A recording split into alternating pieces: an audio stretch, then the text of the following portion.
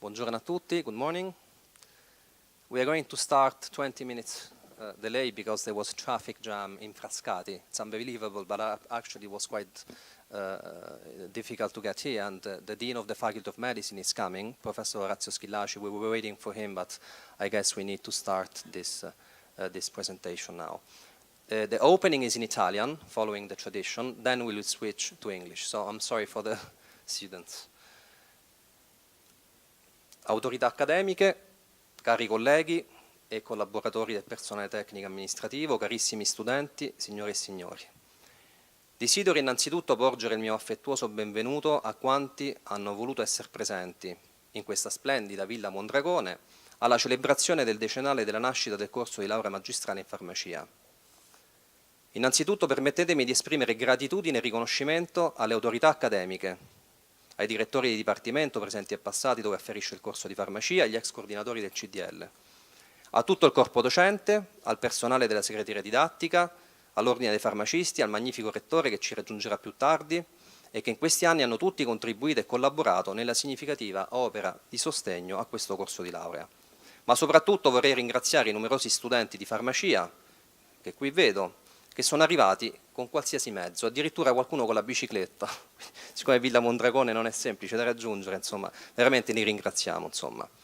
E sono proprio loro, gli studenti, veri testimoni e protagonisti di un progetto che nella sua unicità e con la sua singolare identità potesse dare nel tempo un volto al futuro di moltissimi giovani. Era il luglio 2008 quando in questa stessa sala il professor Nisticò, senior, ideatore e fondatore del corso, presentava per l'anno accademico 2008-2009 l'attivazione di questo corso nell'ambito di un accordo internazionale con l'Università di Nottingham, alla presenza d'Alliance Boots. Non fu per nulla facile farci conoscere e guadagnare prestigio. In quel tempo puntavamo all'innovazione della lingua inglese. Io ricordo ancora i primi giorni in cui per partire servivano 40 studenti e non era semplice perché il corso era in lingua inglese e quindi dovevi convincere gli italiani che non è facile convincere a fare un corso di lingua inglese e ancora non eravamo conosciuti a livello internazionale, quindi trovammo finalmente 40 persone, partimmo ed oggi con orgoglio possiamo dire insomma, che ogni anno immatricoliamo almeno 80 persone e quindi abbiamo circa 350 studenti attualmente. Sono trascorsi da allora 10 anni e questi 10 anni sono davvero volati. Quindi oggi abbiamo veramente molti iscritti, alcuni di essi li mandiamo tutti gli anni alla prestigiosissima School of Pharmacy di Nottingham, con cui abbiamo una collaborazione a tutt'oggi. Considerate che la School of Pharmacy di Nottingham è considerata in tutte le classifiche la numero 1 in Europa in farmacia. E inoltre abbiamo anche negli ultimi 5 anni laureato ben 135 studenti. Quindi siamo una realtà ormai consolidata. Alcune persone si sono anche sposate, si sono conosciute, quindi abbiamo delle coppie che si sono sposate, hanno fatto figli grazie a noi, grazie a farmacia. Quindi con orgoglio che possiamo, non solo abbiamo laureato 135 studenti, ma abbiamo anche un'altissima percentuale di occupati, addirittura tutte le statistiche dicono che a 3 anni il 100% dei nostri studenti effettivamente lavora. Non so quanto sia attendibile il 100%, ma questo è quanto ci dicono effettivamente le statistiche. Per tutti questi motivi auspico quindi che questo nostro corso di farmacia possa giocare un ruolo molto importante in questo Ateneo e mi auguro che il prossimo rettore possa inserire questo corso nella top list delle priorità sulle quali investire in un prossimo futuro. Questo traguardo è stato raggiunto grazie all'impegno e alla costanza avuta in primis dal professor Giuseppe Nisticò, che oggi purtroppo non è potuto venire qui per motivi personali, insieme ad altre importanti personalità come il premio Nobel Rita Leigh Montalcini, la dottoressa Ornella Barra, che insieme a Stefano Pessina guida l'impero di Walgreens Boots Alliance, anche lei assenti per motivi lavorativi, ma dei quali vorrei leggervi una breve nota. Questo è il messaggio di Ornella Barra. Carissimo Robert, ricordo molto bene l'operato di tuo padre e quanto ci siamo adoperati per il raggiungimento di questo obiettivo. I nostri incontri come con i professori di Nottingham, le varie cene, la celebrazione con l'onore della presenza della grande unica Rita Leigh Montalcini e abbiamo condiviso la gioia di questo successo. Sarei stata onoratissima di partecipare e felice di festeggiare con voi 10 anni, anche se mi sembra ieri. Sarò a Londra per un meeting fissato da un anno a cui non posso non partecipare, sono veramente desolata e auguro il migliore successo a questo corso di laurea e sarei felice di ricevere qualche foto a ricordo di questo momento. Vi abbraccio tutti calorosamente. Ornella Barra. L'altro messaggio è del professor Giuseppe Nisticò, che mi ha mandato una mail pregandomi di volerlo giustificare. Questo motivo è dovuto a ragioni di salute, e quindi saluta il magnifico rettore, le autorità e tutti gli importanti ospiti della cerimonia del decennale del corso laurea di farmacia presso l'Ateneo di Tor Vergata. Sono ormai passati 10 anni da quando timidamente abbiamo osato proporre l'istituzione di un corso di laurea di farmacia in lingua inglese presso l'Università di Roma Tor Vergata. Il corso si è rivelato nel tempo un grande successo, come documentato dalla presenza di studenti non solo italiani ma anche provenienti da ogni parte del mondo: Nigeria, Iran, Grecia e persino qualcuno dalla lontana Cina. I nostri studenti, una volta laureati, hanno trovato immediatamente un posto di lavoro qualificato sia presso farmacie private e pubbliche, sia presso l'Agenzia Regolatoria del Farmaco, alcune industrie farmaceutiche e l'università. Oggi è una tappa fondamentale della vita dell'Ateneo e me ne rallegro. Ti sarò estremamente grato se potrai portare il mio saluto e ringraziamento a tutte le autorità accademiche, al mio amico da una vita, lifelong friend Salvatore Moncada, al professor John Borg e al professor Bruno Sepodes della European Medicines Agency, e al professor Paola Pace dell'IRBM, al professor Boris Zivotowski del Karolinska Institute e infine al professor Guido Kroemer. Il mio saluto affettuoso ai carissimi e tantissimi studenti. Con l'augurio di pieno successo invio i miei più cordiali saluti. Prima di passare la parola ai miei colleghi per un saluto, e vedo anche che ci ha raggiunto il preside professor Orazio Schillaci, vorrei brevemente delineare un po' come si svolgerà la mattinata. Avremo quindi una prima lectio magistralis del professor del Sir Salvatore Moncada sulle ultime recenti in campo oncologico, poi passeremo alla sessione regolatoria. Abbiamo qua due esponenti della European Medicines Agency come il professor Sepodes, che ci parlerà di scienze regolatorie in una prospettiva europea, il professor John Borg che ci parlerà della real world evidence, che è anche un aspetto molto importante oggi per quanto riguarda i processi decisionali, per poi passare alla professoressa Pace che ci parlerà di proprietà intellettuale, quindi un altro tema molto importante, molto attuale, e per concludere con il professor Boris Zivotowski, che è un tossicologo cellulare e molecolare di fama mondiale. Quindi lascio la parola adesso ai miei colleghi e anche agli organizzatori di questo evento. Quindi partirei con la professoressa Olga Rickards, direttore del Dipartimento di Biologia, per dare un saluto, poi darò la parola a Mauro Piacentini e Gerry Melino, che sono gli organizzatori di questo decennale, insieme a Eleonora Candi appunto di questo evento, e poi infine vorrei che anche il professor Orazio Schillaci potesse dare un saluto di benvenuto a tutti. Grazie.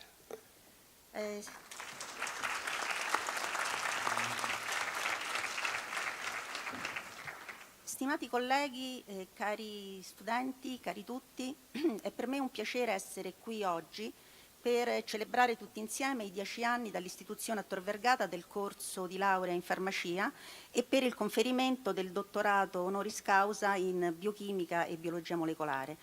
E come tutte le branche della scienza, anche la farmacia ha una storia lunga e complessa. Degli studi recenti hanno riportato le prime evidenze molecolari dell'utilizzo di piante medicinali fin nella preistoria da parte dei nostri cugini neandertaliani.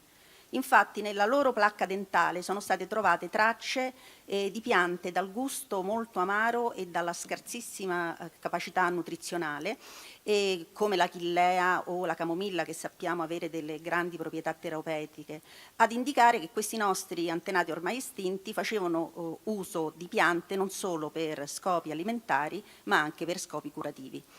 E se partiamo anche, ma sarò molto breve, dall'antica mitologia greca, da sempre l'umanità ha dato una grande importanza a farmacia. Asclepio, il dio della guarigione e della medicina, aveva delegato sua figlia Igea a preparare i suoi rimedi, facendola diventare praticamente la prima farmacista. E nel 1240 dell'era comune l'imperatore Federico II di Svevia per la prima volta in Europa aveva promulgato un editto nel quale venivano separate le due professioni di farmacista e medico e ne regolava anche tutte le attività professionali. Vi ho detto che è una storia lunga, complessa, affascinante, e sicuramente non sono io la persona più adatta per parlarne, ma una cosa è certa: farmacia ha sempre giocato un ruolo di fondamentale importanza sia nelle scienze che nel sistema educativo. Se non mi ricordo male, farmacia è diventata in Italia un corso di laurea nel 1932 e Tor Vergata onora questa tradizione con questo corso di laurea internazionale in lingua inglese. Come direttore del Dipartimento di Biologia a cui farmacia afferisce, devo dire che sono orgogliosa che in questi 10 anni farmacia abbia portato qui alcuni tra i più famosi e promettenti scienziati e professori, per insegnare ai nostri studenti i principi fondamentali di questa disciplina. Sono sicura che oggi tutti voi potrete ancora una volta confermare quanto innovativa e quanto trainante sia il corso di laurea di farmacia di Tor Vergata. Grazie.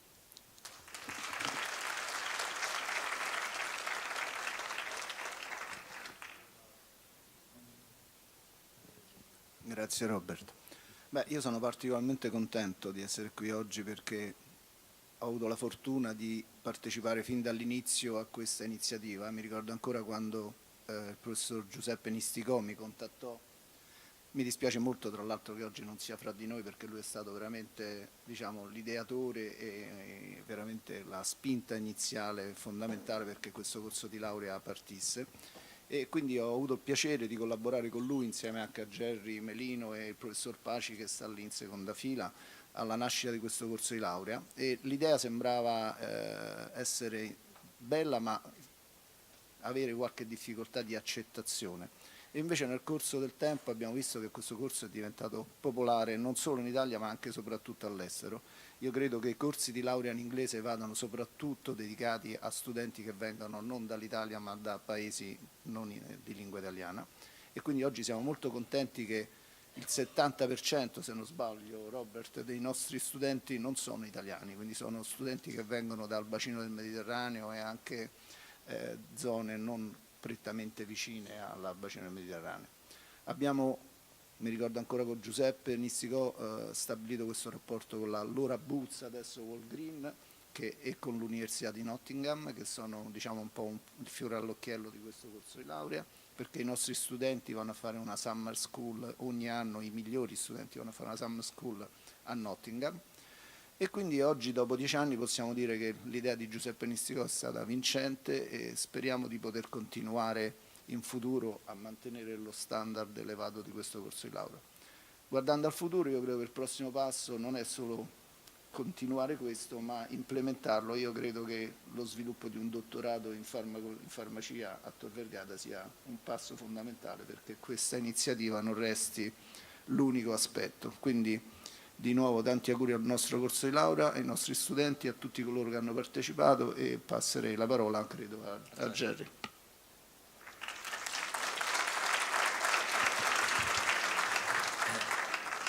Grazie Mauro, grazie Olga e grazie anche a Robert. Volevo fare due brevissimi accenni, diciamo uno più storico, l'altro personale. Il primo volevo ricordare che le figlie della medicina erano due sorelle, Igea e Panacea, e quindi diciamo, la farmacologia è un cardine fondamentale della medicina fin dagli antichi greci, e quindi mi ricollego a quanto detto da Olga Ricards.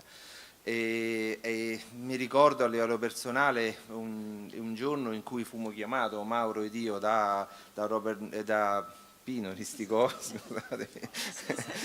per collaborare, e in quella sede c'era l'allora rettore, il professor Finazzi, e nacque prima una collaborazione scientifica che ha portato a collaborare con l'Università di Catanzaro e di Cosenza, dove Robert è stato per lungo tempo, e nacque subito dopo l'idea ambiziosa allora di fare una facoltà nuova. E oggi devo dire questo qui è grazie all'interazione molto forte che c'è tra la scuola di medicina, la facoltà di medicina e di scienze, però forse, e quindi mi riferisco al futuro, forse sarebbe prospettabile un'idea in cui si crea un'autonomia ancora più forte. Non significa staccarsi, ma significa aumentare le ricerche della biochimica, della biologia molecolare, del drug screening, dei clinical trial, in maniera da poter sviluppare ancora di più, sempre più forte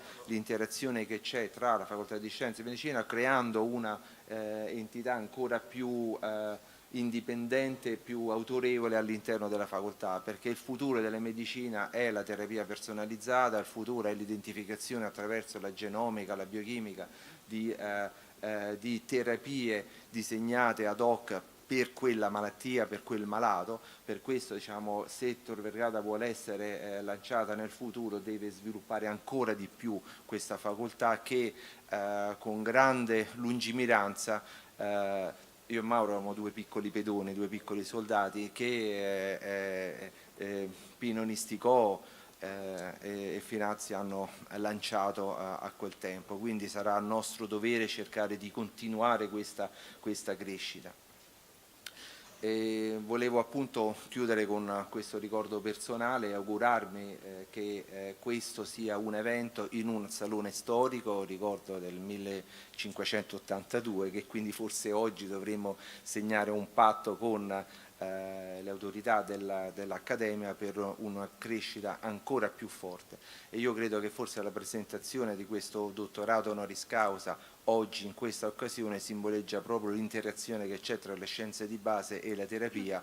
Adesso le immunoterapie del cancro sono la cosa più innovativa e più forte che c'è nell'ambito della medicina. Grazie a tutti per questo evento. Orazio. Caro Robert, gentili colleghe e gentili colleghi, intanto vi porto i saluti del magnifico rettore col quale stavamo inaugurando un convegno al Poligono di Tor Vergata.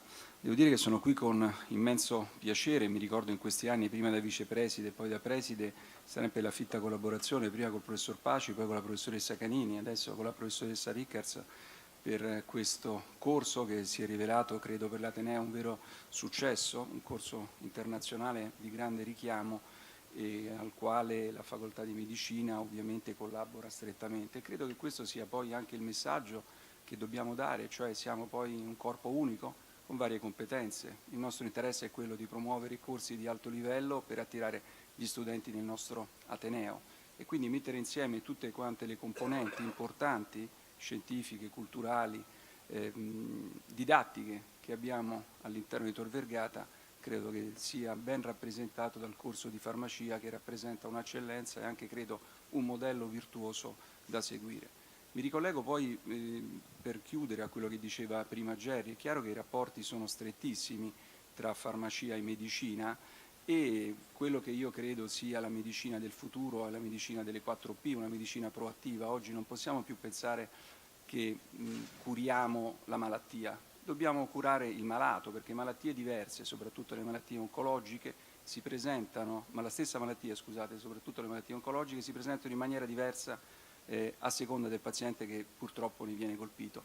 E questo che sembra essere il messaggio della medicina del terzo millennio, in realtà era ciò che andava a dire molti anni fa Ippocrate di Cosse, che è stato uno dei fondatori della medicina moderna, cioè bisogna curare il malato e non la malattia. E poi l'argomento forte è quello proprio della medicina personalizzata, dove le competenze mediche e quelle che vengono dalla farmacia e dalla farmacologia vanno unite per cercare di offrire a ciascun paziente la migliore terapia. Quindi sono particolarmente contento di essere qui.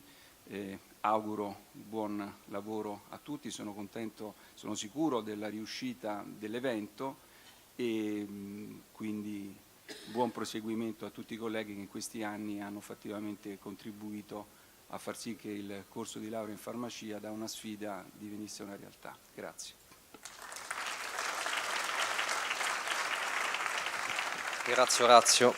Io volevo farvi giusto vedere due foto storiche insomma, che ho trovato e farvi capire anche un po' come è nato questo corso di laurea di farmacia, perché in realtà, come qua vedete, è nato tutto da una scuola europea, per cui si era fatto un master nel 2006-2007 in cui si volevano formare proprio delle eccellenze nel campo regolatorio. Questa è stata una delle forti identità del nostro corso di laurea, infatti vedete poi insomma, molti personaggi di altissimo profilo che hanno fatto parte del board scientifico, del board insomma, anche diciamo, organizzativo. C'era allora rettore Finazzi Agro che ha contribuito molto in questo e oggi lo vedo qui in prima fila, quindi lo ringrazio molto anche di questo. Da questa idea in effetti poi è gemmato il corso di laurea di farmacia, quindi in realtà spesso il master inizia da un corso di laurea, in questo caso è stato il contrario, c'è stato un master da cui poi è partito un corso di laurea, quindi che ha già comunque degli aspetti insomma, molto specifici, molto diciamo intorno appunto a un'identità molto specifica. Questo era proprio l'invito insomma dell'inaugurazione della facoltà del il corso di laurea di farmacia insieme appunto all'Università di Nottingham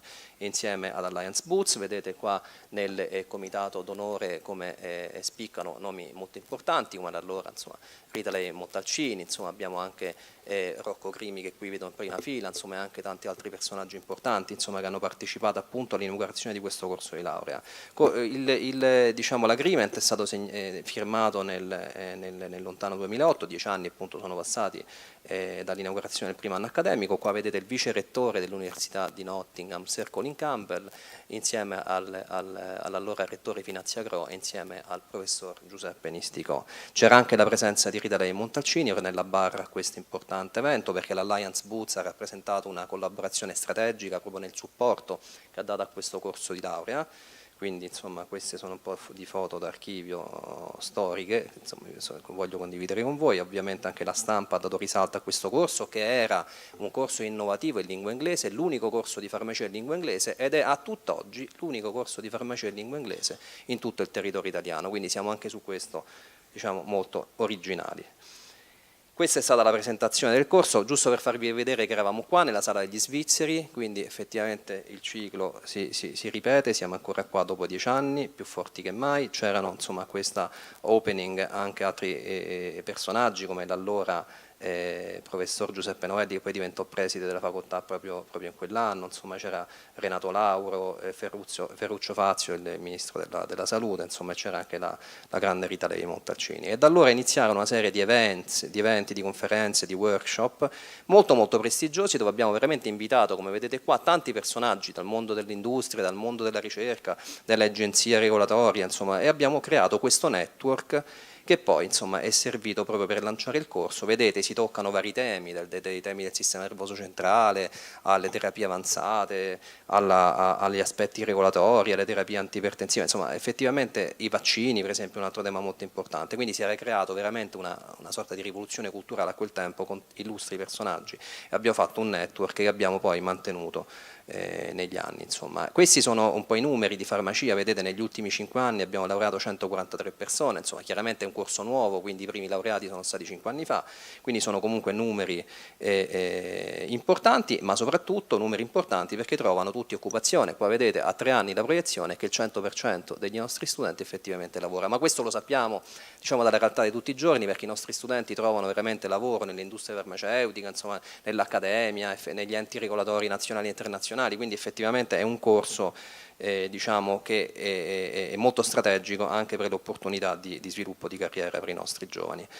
E noi guardiamo al futuro, abbiamo cambiato, dall'anno prossimo avremo un nuovo corso di laurea, una nuova tabella didattica, insomma più che un nuovo corso di laurea, in cui abbiamo inserito degli insegnamenti molto attuali, molto nuovi, perché farmacia è una realtà difficile, una realtà molto ramificata, molto diciamo anche dinamica, complessa, e qua vedete per esempio l'aggiunta di alcuni corsi, abbiamo dato più risalto alla nutrizione, alla nutrigenomica, alla biofarmaceutica, vedete anche clinical trials, la farmacovigilanza, l'health technology assessment e farmacoeconomia, e oggi vedo pure Federico Spannonara qua tra noi, insomma, per cui effettivamente è un corso sì che ha una radice importante nel passato, ma che certamente guarda al futuro. Anche l'atmosfera insomma, che noi respiriamo durante le nostre sedute di laurea, insomma, come potete vedere è un'atmosfera di grande serenità. In questo caso vedete molti studenti maschi, in realtà sono tutte donne, quindi anche questa è una componente importante diciamo, dei nostri corsi, non solo di farmacia, insomma, di molti corsi di laurea. E in ultimo chiamo la professoressa Grazia Graziani, che può presentare e introdurre Sir Salvador Moncada. Salvador, if I see you now and 10 years ago, I can say that you're a beautiful example of successful aging, I have to say so. Please, grazie, you can start introducing Salvador. So it's a real privilege for me to introduce Professor Salvador Moncada, Professor of Experimental Biology and Therapeutics at the University College London and Professor of Translational Medicine and Strategic Advisor at the University of Manchester. So Professor Moncada is such a well-known, internationally recognized pharmacology that is quite difficult to summarize in few minutes its brilliant academic and research career and his important achievement. So briefly, Professor Moncada, after obtaining his PhD in pharmacology at the Royal College of Surgeons in London, he joined the Wellcome Research Laboratory, where as the head of department of the prostaglandin research, he discovered the enzyme thromboxane synthetase and the vasodilator prostacyclin, providing the basis for the understanding of the ability of low dose of aspirin to prevent cardiovascular events and of the adverse effect of cyclooxygenase 2 inhibitors. Also from 1986 to 1995, he became the director of research at the Wellcome Research Laboratories, where beside overseeing a number of drugs, he discovered the molecule of life, the vasodilator nitric oxide. Then in 1996, he moved to the University College of London, and he established and directed the Wolfson Institute, that is an excellent center, such an interface between academia and industry, and he developed a number of new drugs. Then from 1999 to 2004, he conceived and directed the Centro Nacional de Investigaciones Cardiovasculares in Madrid upon request from the Spanish government. And in 2014, he became research director of cancer science at the Faculty of Medicine and Human Sciences at the University of Manchester, and afterwards cancer domain director. Professor Moncada was achieved so many success, and he published so many articles, and he had an extremely high H index, and he also served as a visiting professor for a number of universities and received an incredible number of awards and honorary doctorates from prestigious universities. In the last decade, his work led to the identification of the role of nitric oxide in mitochondrial biogenesis, with implication in diabetes, metabolic syndrome, and obesity. And the interest in glycolysis led him to identify novel molecular mechanisms involved in cell proliferation. So today we are very grateful to him for being here for the 10th anniversary, giving a lecture entitled the recent fighting cancer, recent experiences and potential future directions.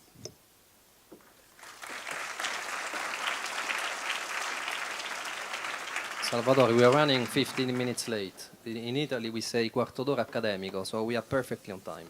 Wonderful.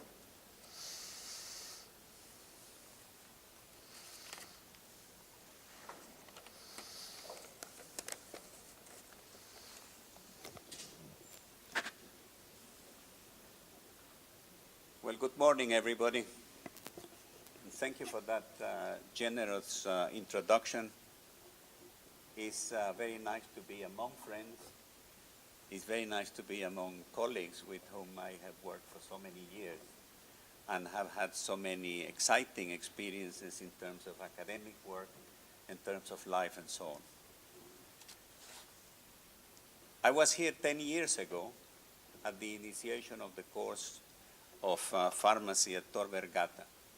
And it is really a pleasure to come here 10 years later and see the enormous success that has been achieved with this course and all the other activities that have been generated starting from this effort.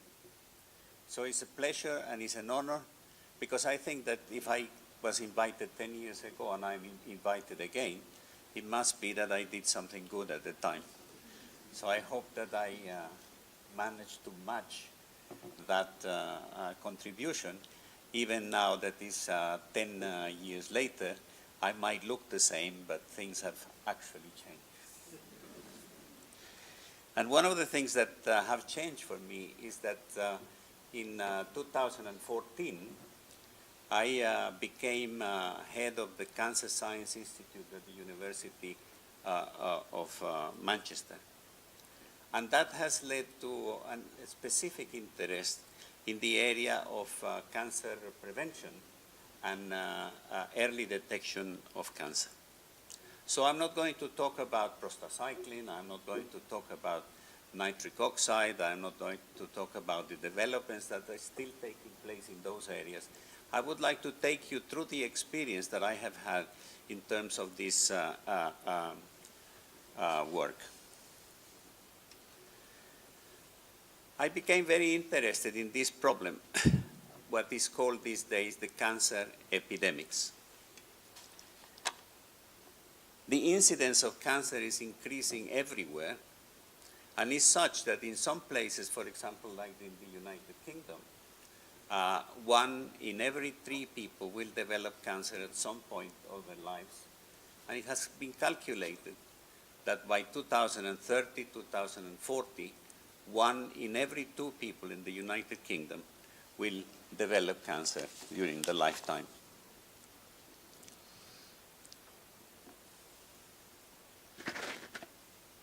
There have been very significant improvements in the survival of cancer in the last 40 years.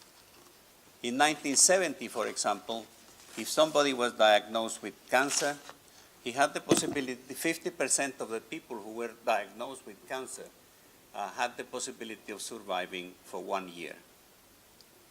And now, the same 50% of people diagnosed with cancer has the possibility of living 10 years more. That is a very significant improvement, especially if you take into account that in some cancers, the survival rate has not increased very much, which means that in others, they have been a great success. And these improvements are due mainly to improvements in the diagnostics, to improvements in the treatment, in the care, and the follow-up. But the most important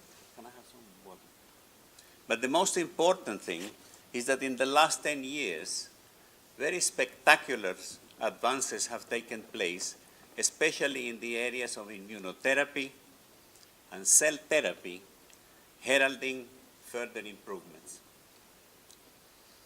And fantastic amount of resources are being dedicated to the development of these and even more sophisticated treatments. However, it is evident that some of these treatments have significant problems. They are extremely expensive. They need to be monitored by expensive follow-ups over periods of years.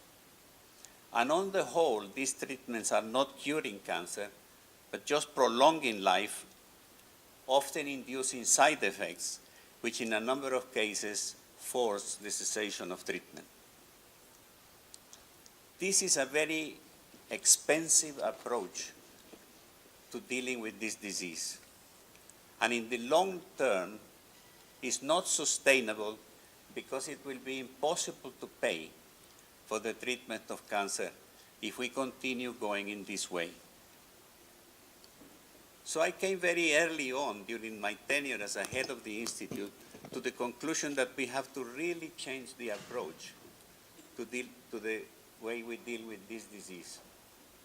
And we have to change it in a way in which we do 3 things. We concentrate in prevention, we concentrate on early detection, and we concentrate on curing the disease rather than treating with the intention of management. I think that if we do this, we will reduce the burden of disease in society, and by reducing the burden of disease in society, we are going to be able to have a much more rational approach to the research and to the treatment of the cancers that will still occur. If we do that, and we rebalance our effort in that way, I think we are going to be winning this battle against this complex disease, which is become an epidemic, as I said in the beginning. But let me tell you the story, the way it developed. Can we go to... I need water, really. I asked 2 people. 2 people. Yeah, at least one. No.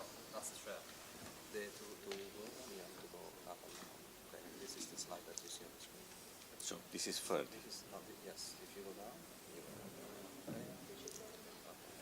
Mhm.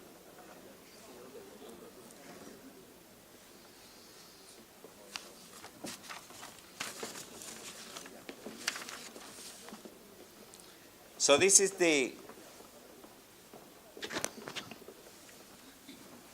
Oh, 1 minute would be here. no.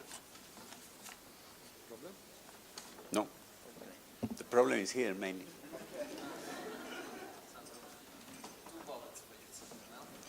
I think that will be enough.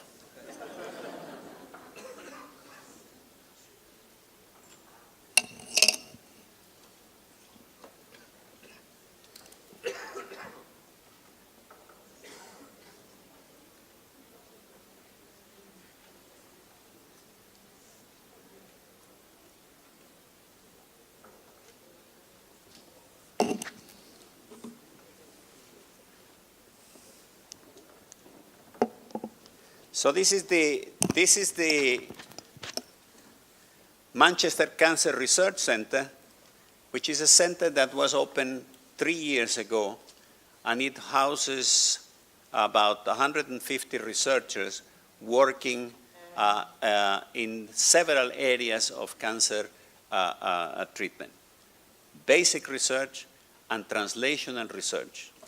And the reason for that, and the reason why I show you this, is because this is an interesting structure that is come as a result of an interaction of 3 very significant institutions in Manchester. That is the University of Manchester, the Cancer Research UK, Manchester Institute, and the Christie Hospital. And these 3 institutions, which are very significant institutions, have been working together over the last 10 years in a synergistic way to tackle the problem of cancer research and cancer treatment. They are significant institutions. As you know, the University of Manchester is the largest university in the United Kingdom, with a budget of about £1 billion a year. And the Manchester Institute Cancer Research Center is an institute of the CRUK, Cancer Research UK campaign, which is a charity that distributes about £500 million in cancer research funds. And the Christie Hospital is probably one of the biggest hospitals for cancer treatment in Europe, with a very significant history in terms of fundamental research and in terms of treatment of cancer. Just to give you a few examples of the successes that the Christie Hospital has over a period of many years, the early development of X-rays, the development of radium, the treatment of cancer using radium, the first clinical trial in the world with stilbestrol, the first clinical trial with tamoxifen, and so on and so forth, that has produced very significant contributions to the development of cancer therapy, including in the recent past, there is a list of achievements that have been done. So we are talking about a very significant set of institutions dedicated to the work of the research into cancer, of the development of translational medicine, and developing the care of cancer during the disease and following the treatment.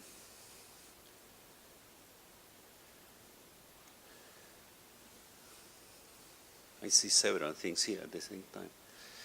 Now, around that structure, if you think about the way in which it's organized, you have the Manchester Cancer Research Center, the first building I show you, organized by this synergistic activity of 3 very significant cancer dedicated structures, around which there is an envelope of significant hospitals which are dealing with the population with something which is called Greater Manchester. About 2.7 million people are covered by this structure in the northwest of the country. But this is interesting because it's very significant, internationally important, and highly dedicated to fundamental research and treatment. However, the way in which this functions started to be questioned when the government of the United Kingdom decided in 2014 to give the community of Manchester the budget for the health care. And they decided that they could organize the health care in whichever way they wanted with their own budget. As you know, the National Health Service in the United Kingdom has been, since its creation in 1948, a single structure, centralized structure, and now they are diverting part of the budget to dedicate to the regions for them to be able to organize their healthcare in whichever way they want. So this is just to show you more or less, this is the budget of the National Health Service is about 100 billion pounds a year, and they devolve to Manchester about 6 billion for the cover of healthcare of about 2.7 million people. And something that seemed to be functioning significantly well started to become part of the scrutiny to think of, are we doing the right things? Are we doing the proper things? And one thing that became evident in terms of cancer treatment is that the mortality of cancer in the area of Manchester is higher than the percentage than the average of the United Kingdom. This is, the mortality is still unacceptable. There are approximately 6,500 people a year who die from cancer in this greater Manchester area of about 2.7 million people, and that is 10% higher than that of the UK average. And the main cause of death is lung cancer. Lung cancer is one of the problems, and lung cancer is the cancer that kills more people than all the other cancers in the area of Manchester. This is a comparison between lung cancer, breast cancer, bowel cancer, and other cancers. Not only that, lung cancer kills more people than heart disease, than lung disease, than liver disease, than stroke, and the death by injury. And the reason for that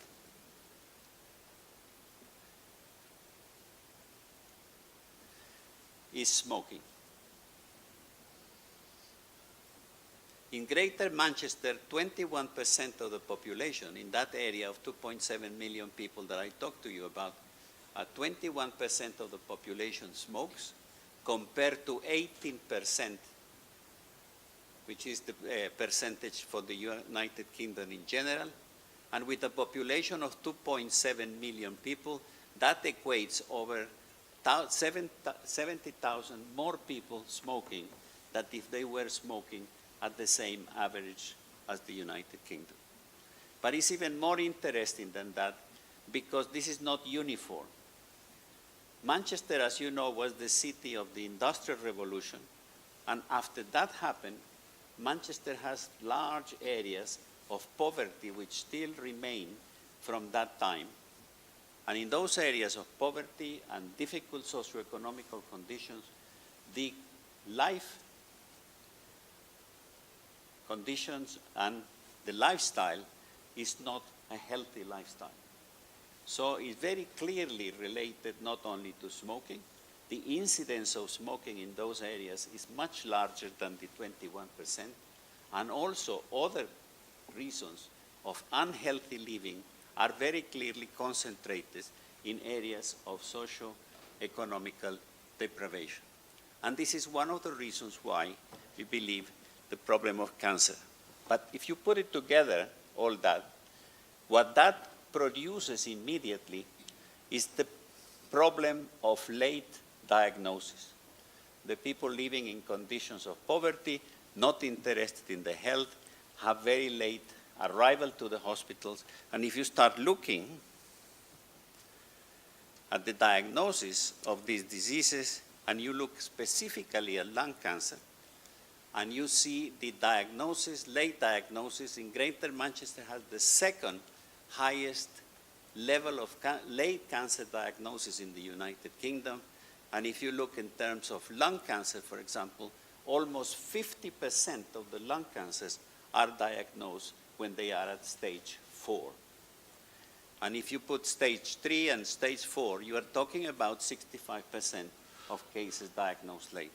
And the same you can see in cancer of the bowel, which if you put together stage 3 and stage 4, that gives you about 50% of diagnosis of late disease.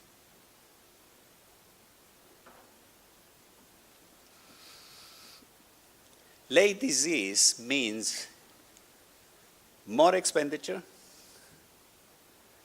more time of treatment, and early death anyway. You invest more in the patient, you have more problems with the patient, and the patient dies anyway. If you look at the case of bowel cancer, for example, in Manchester again, it has been calculated that if bowel cancer is diagnosed early, it costs the National Health Service about £3,400 per patient per treatment. But if you diagnose it late, it costs 4 times more. And when you see the survival of these two groups, the people who are diagnosed early and cost less, they survive about 100% over the next 10 years, while the people who were much costly to treat, they have absolutely low survival rates. So it makes absolutely no sense to be in a situation in which we are treating a disease in which the possibilities of cure are low, the expenditure is high, and the mortality is very high. And that repeats for every single area of cancer that we have looked at. This is ovarian cancer, for example. Survival at stage 1, stage 2, stage 3, stage 4. The same problem. Diagnosis late, invest a lot, lack of success. Ovarian cancer, and this is breast cancer, exactly the same situation, and that happens every single time you look at it, not only in Manchester, in the UK in general, in Europe, and in the world in general. This is a very interesting article that appeared in The Economist a couple of years ago, which will be very interesting to you. This is survival of the different types of cancer. This is in the United States. If you diagnose early, the blue circles. If you diagnose late, the red circles. This is survival of prostate cancer, of breast cancer, of uterine cancer, of non-Hodgkin lymphoma, all survivals of over 90% if diagnosed early, with a very low survival rate if diagnosed late. And it has been calculated that if in the United Kingdom the diagnosis of breast, bowel, lung, and ovarian cancer are done early, that would lead to a savings of about £44 million a year in terms of expenditure in this particular area. But that's only half of the story. Because the other half, which is very important and we should be aware of, increasingly aware of, is that there is a large percentage of cancers that are preventable. These are data from the Cancer Research UK, the charity that deals with cancer in the UK, calculating what is the percentage of cancers that might be preventable, and they came to the conclusion that 42% of all cancers can be prevented, either by changes in lifestyle or by other types of treatment like vaccination and so on, and calculated that about 100% of cervical cancers could be prevented, 89% of lung cancers could be prevented, 27% of breast cancers, 54% of cancer of the bowel.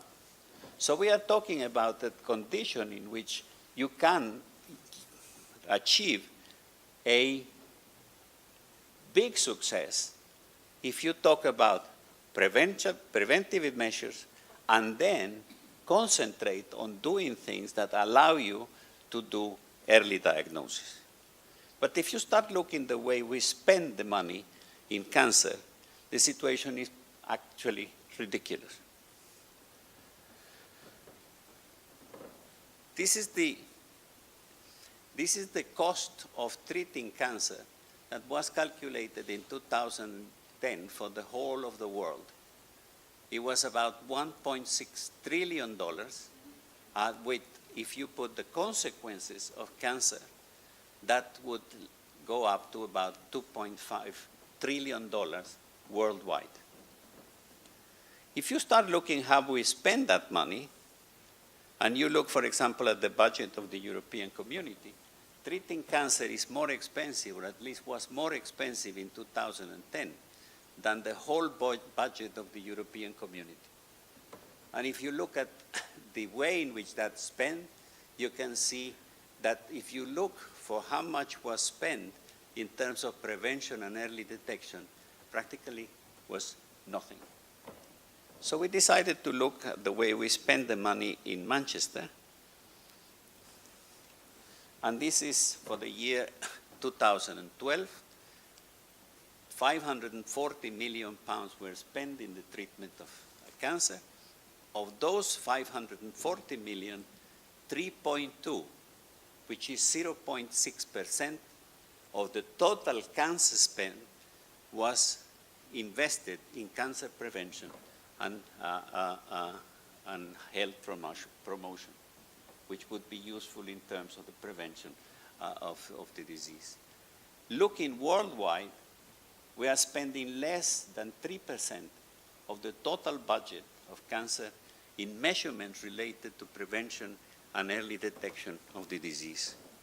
And in the UK, for example, the budget is increasing all the time at a rate of about 9% per year. This is the budget of 2012-2013. This is for treatment of cancer. This is 2013-14, 2014-15, 16, 17, 18, 19, 20, 21 is unpayable. The National Health Service won't be able to pay the budget for the way we are dealing with the disease. So, on all this review that we started to do, now that we have all the money in our hands in Manchester, we decided to see what are the possibilities. Either we continue the way we are doing it and paying 9% more per year in situations in which we are having the difficulties that I have described to you, or we change course. One possibility, we continue as it is. The other possibility is we start to invest more in prevention and early detection of cancer. And the prediction is that if we do that, how many minutes I have? Another 5 minutes? This is the increased cost of the treatment of cancer. The idea is that we start investing in the early stages of the disease, because that will lead later to savings which will override the early investment.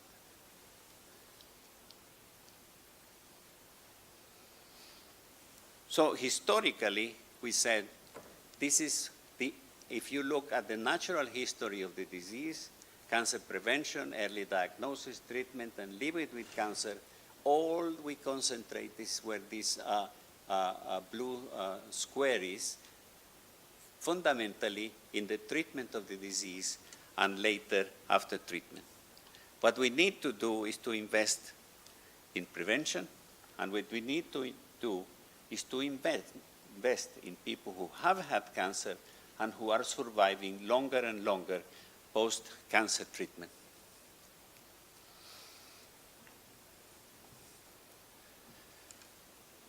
That goes without discussing the fact that if you do these measurements of prevention and early detection and looking after the population in that way, that is going to have an impact in the prevention of other non-communicative diseases, for example, like cardiovascular disease. And this is also without saying that this has been known for many years. In 2002, the British government asked an expert group to analyze the situation, and they came to the conclusion in 2002 that unless the country takes prevention seriously, we will be faced with a sharply rising burden of preventable disease, which is where we are at the moment. So we decided to do an experiment about 3 years ago. And we created a project called the Lung Cancer Screening Project. And what we did was to get some vans, put a low-dose CT scan in them, put a small clinic inside to do what we call the cancer check. And we parked those lorries in the supermarket. And through the general practitioners, especially in the areas of poverty where they said the people were not interested in their own health, we advertised the fact that we were going to do this. And one of the first surprises is that we invited people who smoked between 55 and 74 years old, and they came in large numbers. We thought that nobody would come, but large rows of men came for the lung check as we invited them to come. They were, as I said, smokers. There were some exclusion criteria, and we had 2,827 people who came from the screen. We discarded a number, and we ended up with 2,541 that we did a history, we did an examination of the lung, we did spirometry, and we did an examination of habits of life and so on and so forth. And that gave us a number which was cancer risk. And depending on the cancer risk, if they were of high cancer risk, they had a low-dose CT scan immediately there in the van. And the people who didn't need it didn't have it. But 1,384, 55% of all the people who came with inflammation of the lung, with cough, smokers and so on, were considered to be at high risk.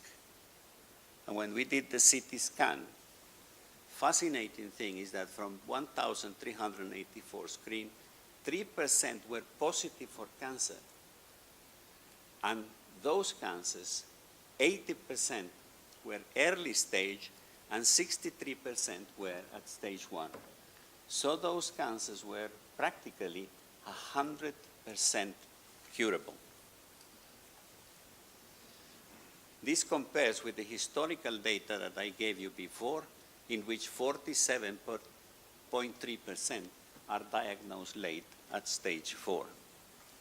So it has been a great success to such an extent that the National Health Service has decided to develop that system, first in the north of the UK and later develop it throughout the country, because that is going to make an enormous difference in the diagnosis and the treatment and the success of the treatment of lung cancer. And that takes me to the last part of the talk, which is 2 or 3 minutes, which has to do with risk factors. There is a very clear connection and a developing connection which is becoming aware in terms of research of the connection between, for example, inflammation and cancer.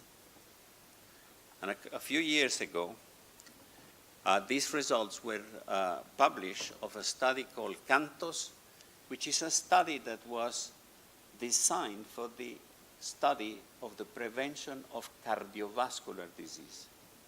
This was a large study in 40 countries, 10,000 patients with high risk of a cardiovascular event. They had had a cardiovascular event, they had a high C-reactive protein showing signs of inflammation, and they were given an antibody against interleukin-1 beta, which is an anti-inflammatory agent.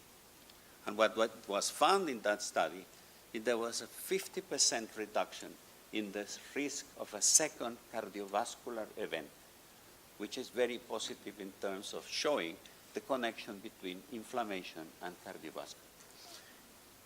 What was not planned for and was a finding is that there was a very, very, very significant reduction in the incidence of cancer in the lung of these patients. If you look at the cumulative deaths in terms of the 3 doses of the antibody that were given and the survival, you can see in the line here, at the end, the lower line, that 300 milligrams, they gave injections of 300 milligrams of the anti-interleukin-1 antibody every 3 months for a period of 5 years. And you can see the reduction, fantastic reduction, in the incidence of lung cancer. So the possibility that by dealing with inflammation, you deal with the conditions that lead to the development of neoplastic transformation and neoplasia itself makes a very interesting case. And what we are planning to do now in Manchester is to see in those 1,000 and something patients that were considered high risk but were negative for cancer, we are considering giving them an anti-inflammatory treatment and follow them up to see if we can actually have directly an effect in the development of the disease by following in detail the course of the disease of this patient. So the possibilities are interesting. I think that in general, the advances in the treatment of cancer are very significant. What we are learning is an enormous amount. The treatments are very expensive. We have to reduce the burden of disease to be able to do more rational work with the cases of cancer that will continue occurring in spite of the measures of prevention and early detection. I hope I have convinced you that this is an interesting way to go. And this is what I'm doing in Manchester these days.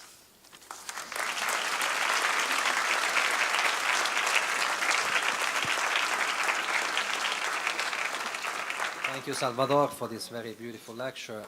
Unfortunately, this is not open for discussion, so if any students then want to ask some questions, feel free to do it in the coffee break or eventually later on. Okay, thanks, Sir Salvador. Of course, expenditure is one of the problems. The other problem is the regulators, and I can see here Bruno Sevodes and John Borch. So I have the privilege to introduce Professor Sevodes from the University of Lisbon. He's a professor of pharmacology, but he has an impressive CV on the regulatory part. He not only was the chairman of the Committee for Orphan Medicinal Products, but is actually the vice chair of the CHMP, which is the Committee for Health Medicinal Products. And I thank you, Bruno, to be here. We are also friends, and I also admire your style. You're really, the way of thinking.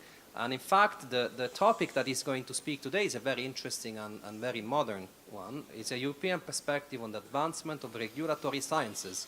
And if you hear regulatory sciences, it's quite new, because up to a few years ago, nobody would associate regulation with science. But now, actually, this is a good, interesting topic of discussion, and I leave the floor to you, Bruno. Thank you. Thank you very much, Robert, and thank you for the kind introduction and kind words.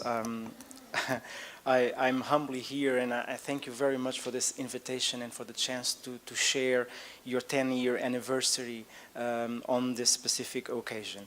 It is a pleasure to talk a little bit about regulatory sciences, or science if you want to be more precise, but in fact this is still a very controversial aspect of classification as a science. But the truth is, this has happened, this is here, the time is now, and especially for pharmacy students, I think this is extremely important, and for future pharmacists, it's an area of intervention that is growing in some universities. We have dedicated courses in some universities, and in fact, there's no unemployment in this area, so it's something always to think about. In the next few minutes that I have, I will try to guide you a little bit on the current strategy that Europe is developing in this area, and I will use the access that I had, or the privileged access via the EMA. I was chair of the COMP. Currently, I'm vice chair of CHMP, and also a member of the COMP together with Robert, but also a member of the Committee of Advanced Therapies.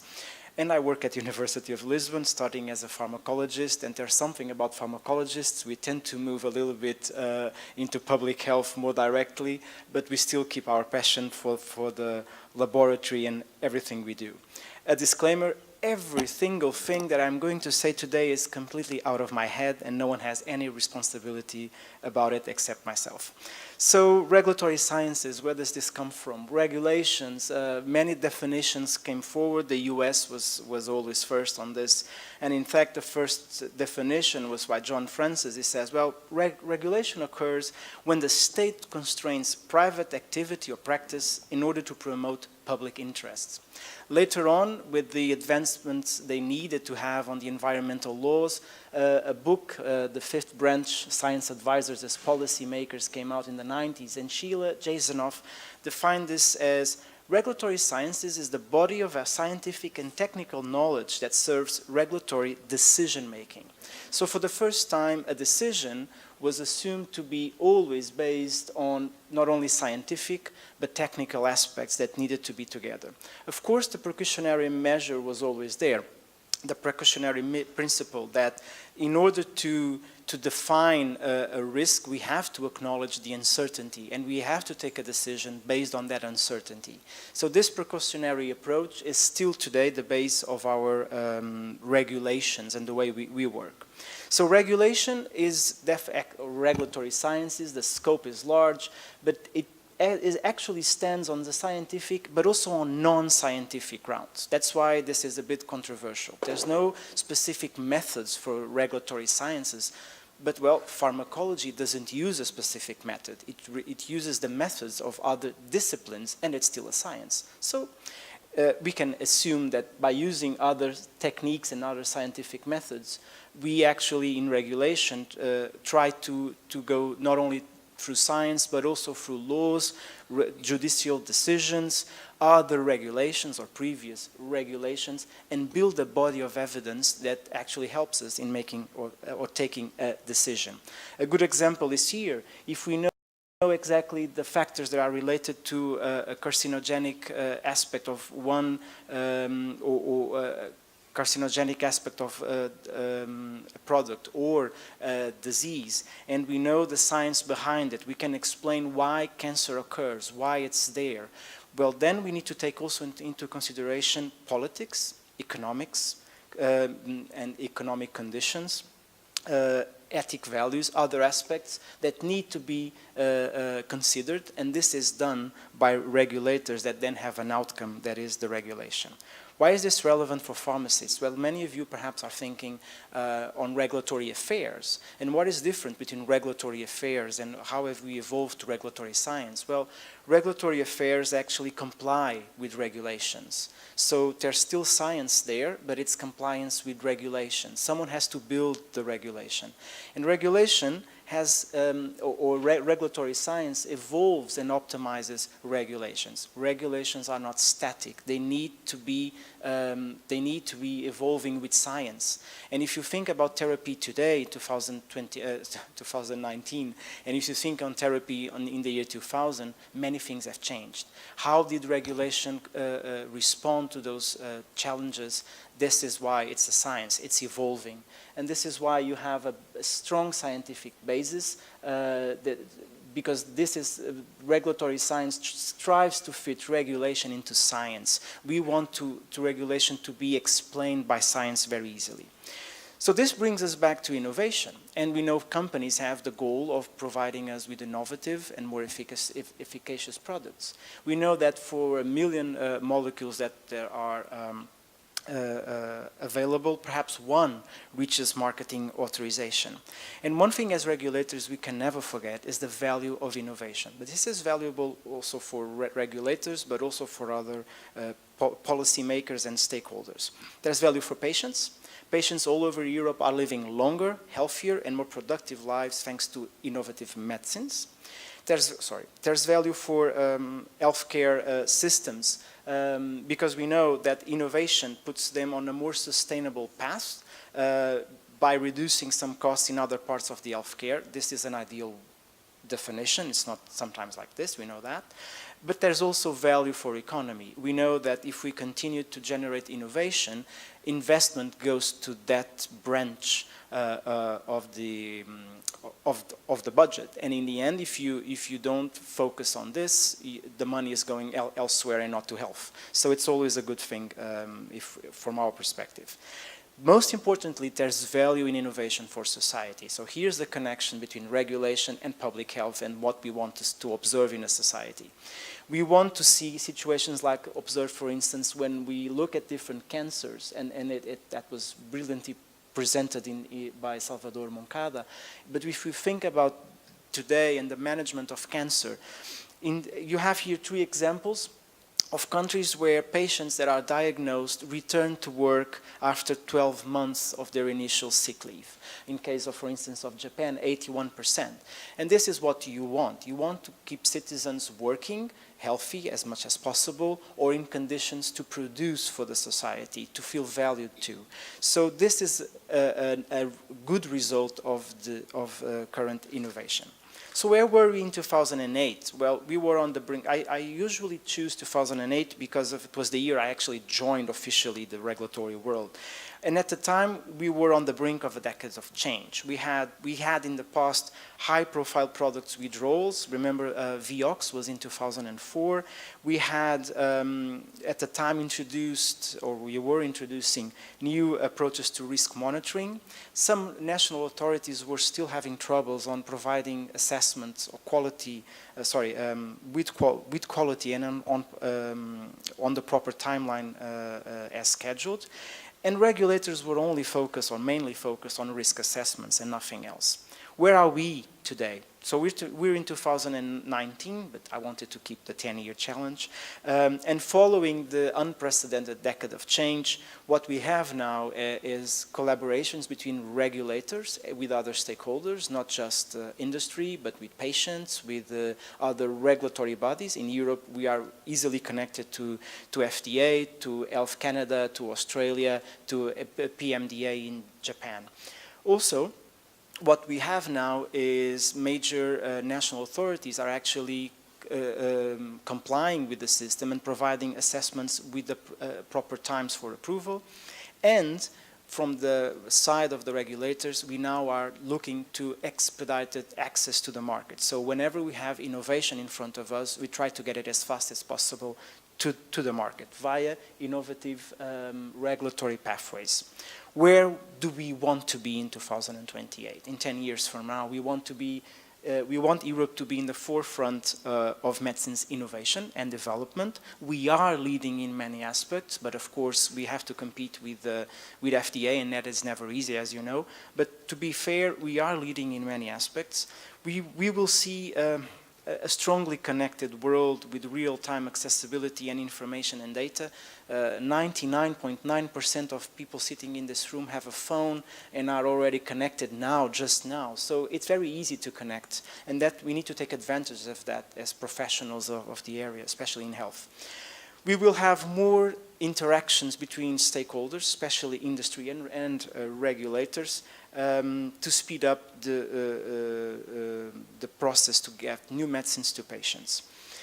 What is the idea of the big regulator? And here I quote the European regulator. Well, to underpin its mission of protecting human health, EMA must catalyze and enable regulatory science and innovation to be translated into patient-centered access in evolving healthcare systems. So for the first time, EMA actually publicly said, well, our focus needs to be the patient, and we all need to work so that the patients are at the center of every health system, and we need to give them, or to make everything possible for them to have access to the best treatments available. Well, easier said than done.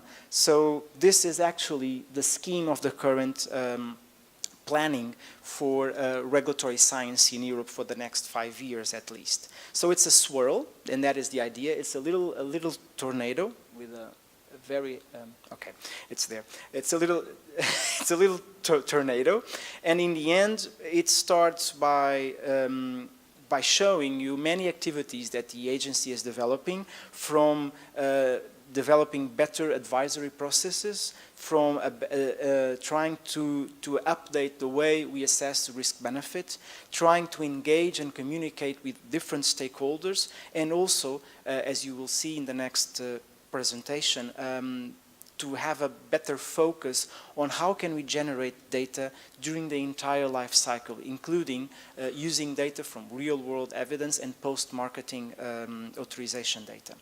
This can be divided in three main aspects. How are we dealing with the available therapeutic areas and in the future? How will we integrate methods and new technologies? And how are we actually looking at better pathways? And this is our work for at least the next 5 years. In terms of therapeutic areas, well, if we look at the FP's projections, they say that around 7,000 medicines are currently in development, addressing many challenges. It doesn't come as a surprise that the first two big blocks there are neurology, and at first place is cancer, of course, oncology, but followed by infectious diseases. So it's an important market, especially still in the poorly developed countries.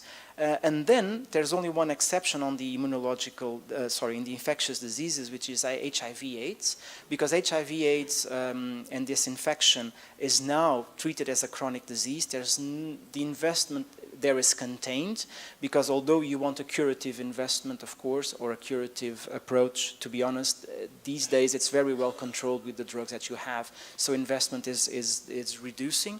But in the end, it's the result of proper modulation of science using good regulatory approaches, and this is the good result. It's actually a good thing.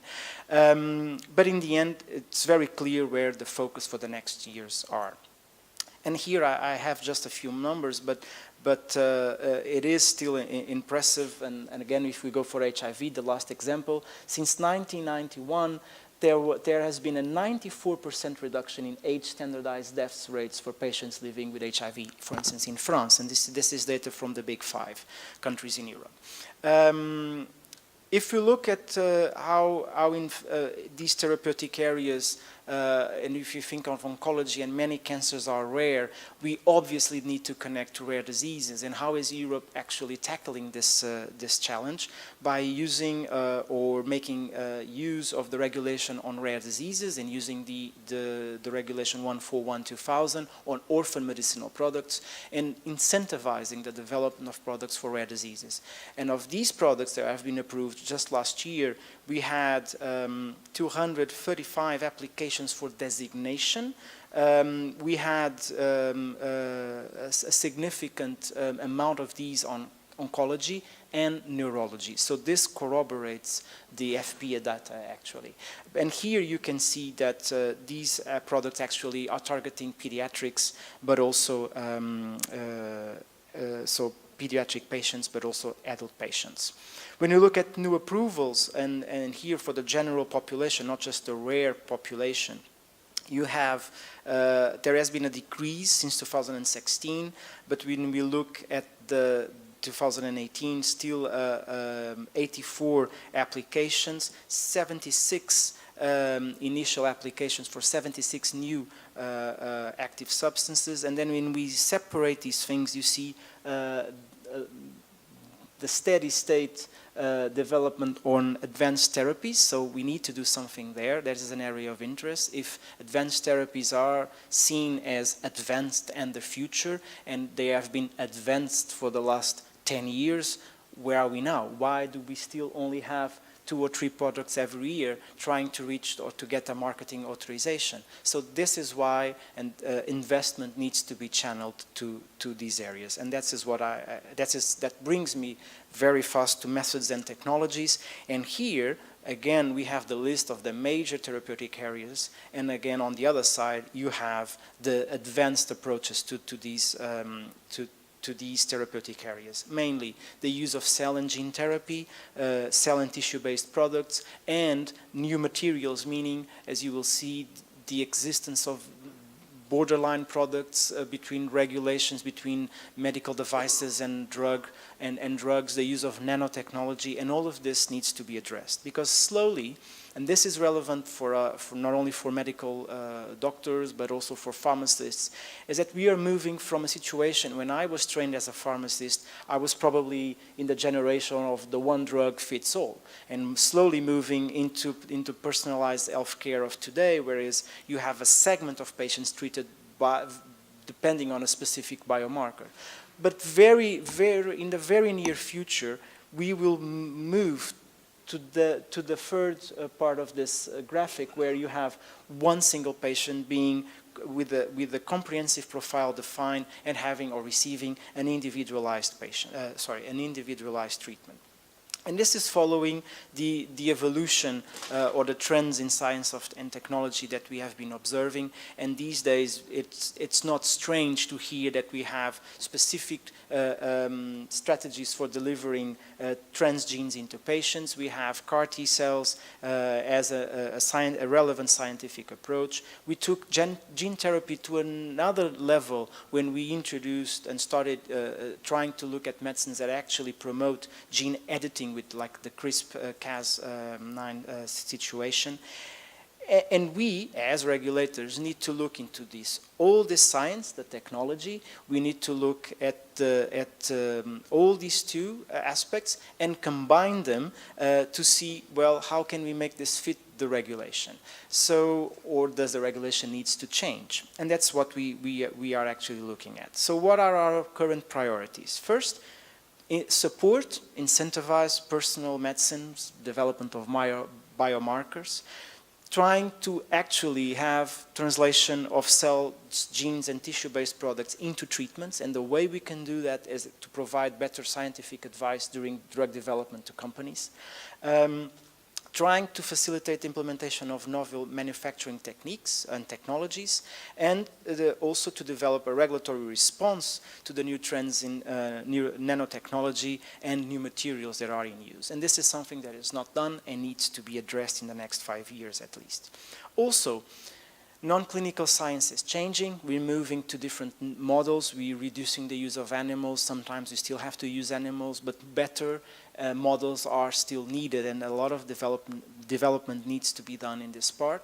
Most importantly, you probably noticed, if you had contact with clinical trials, that the trials are getting smaller. The populations for treatment are also getting smaller. So you need to do a lot of modeling, a lot of simulation, and a lot of extrapolation. All of that needs to be validated and properly developed. So a lot of work there. Innovation in clinical trials, as I will show you in a while, is also very important. Expand the way we assess risk-benefit, and again, very important, exploit technology, digital technology and artificial intelligence in the way we make decisions. Because all of this is available to us now. We know that these technologies are reshaping innovation and access to medicines. We know that all of these aspects, from automation, robotics, from advanced analytics, to work data in a different way that we cannot as humans, we need machines to do that.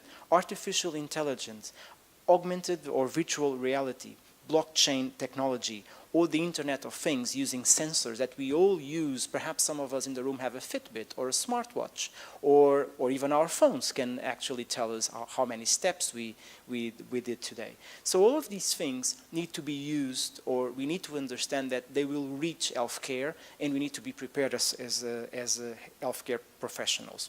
For clinical trials, well, this will mean that we can integrate all this technology in the way we act. Instead of having a patient to constantly go to the hospital or to the monitoring site, we will have situations where the patient is the center and we all revolve around the patient. This, associated with the new clinical trial design, some basket trials, etc., is fascinating actually.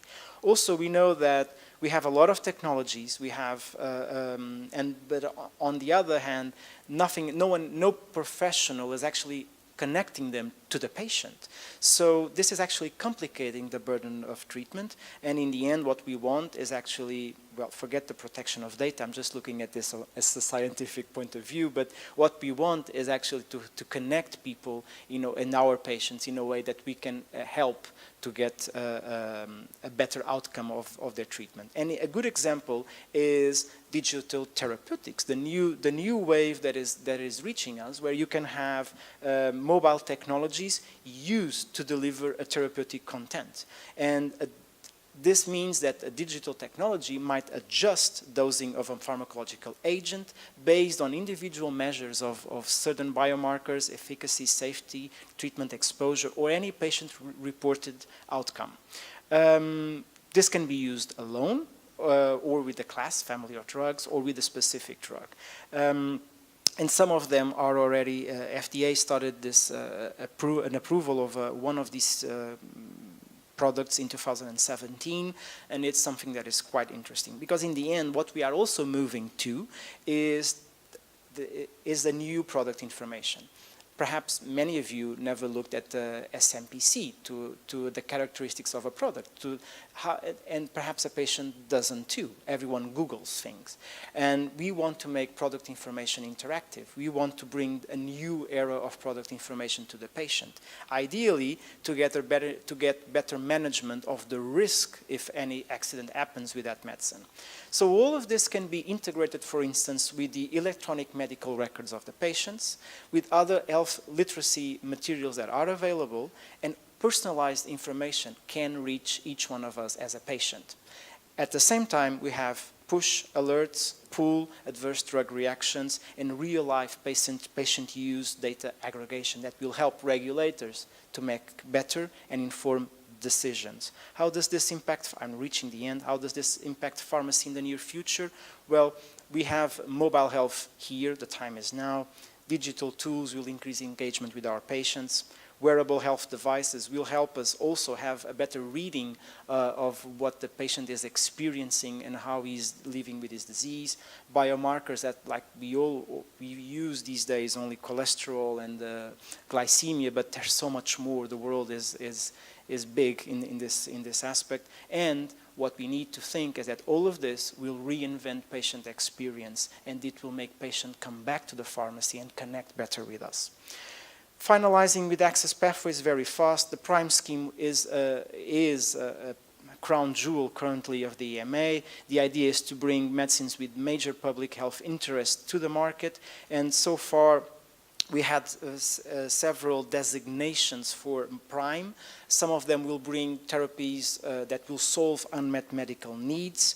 Areas, of course, oncology and neurology get the majority of designations. But again, and in Italy, I think we need to remember that we have an Italian executive director. And one thing Guido said is that there's no point in actually have these breakthroughs in science if we cannot bring them to patients. So access to patients, and I saw that in your pharmacy course you have an entire course on HTAs and pharmacoeconomics. So doing all this, if we don't bring this if you have no access to the drugs, is meaningful.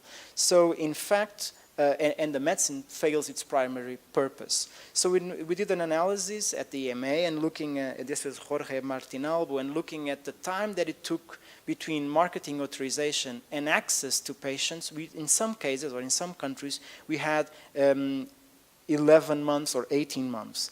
Later on, FPA showed this data that is even worse, especially for my country. And when you look at this, you see that in some countries, you might have these terrible disparities, and there's a big deviation. So in some cases it's fast, in others it's not.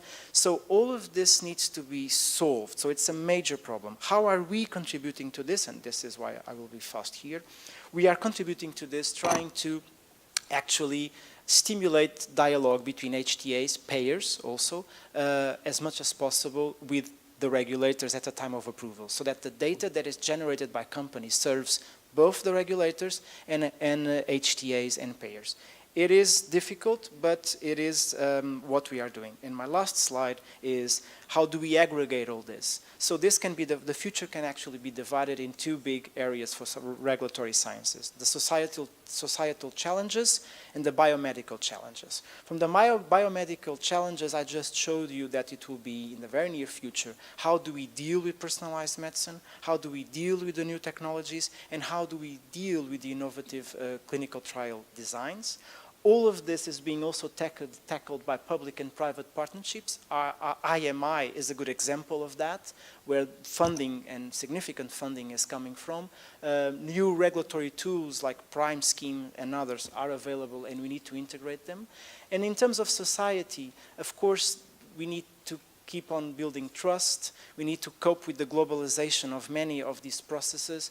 We need to keep building transparency and gaining the trust of our patients. And of course, how difficult it is, the access.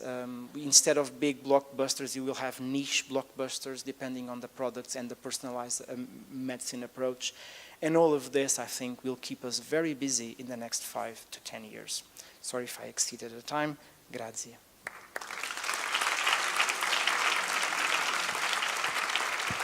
Bruno, thank you. This was a very difficult topic to develop, and I think you did a very good job that also students appreciated. I think we have to move on a bit fast because we are running late.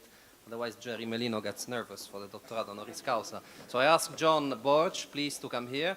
And eventually, if you can do, John, 15 minutes. I'm his friend, so I can ask him. Yeah, just a bit shorter so we gain some time. John works at the Malta Medicines Authority. He's also part of the European Medicines Agency, in the CHMP, in the CAT, in the PDCO, Pediatrics, and in the PRAC, the Pharmacovigilance Group. So he has a real regulatory solid background. And he will, another hot topic is real-world evidence. And John will tell us about real-world evidence to support regulatory decision-making. Thank you. Thank you, John. Privilege for me and an honor to be here. Thank you for the invitation. I was asked by you to give a 20-minute talk, which already I started scratching my head on such a big topic. Thank you. And now you want it in 15. So we'll try and do justice to that. So moving on, what is real-world data? When I started researching this, neither I knew that. So we've got a plethora of sources. You know, it's everywhere. Registries, claims databases, surveys, social media. Okay, and there's a lot of information out there. And how do we use this? Is it useful, at least for the regulator, if we're going to give a license to a medicinal product? Does it help us? Does it confuse us? You know, so certain examples are, you know, hospital data, claims databases, pharmacy data. The future, and now that Bruno was talking about, is going to create even more of this. Mortality data, lab biomarkers, all this is important information, and it could be really useful. It's big data. How to handle it, what to do. Making heads or tails in Europe, lots of initiatives, lots of money being spent, lots of, you know, the UNETA project, the IMIF project, Protect as well, is out there. And according to me, because this is a talk which is my personal opinion and cannot be used to say that it's the Maltese agency's position, I think real-world evidence can be used and useful in medicine's decision-making. It is useful in the benefit-risk evaluation at the stage where we're going to give a license or revoke a license. It could be used in HTA decision-making for the payers. It can also be useful in pharmacovigilance, with drug safety, post-authorization, and to evaluate the impact of the decisions we have taken.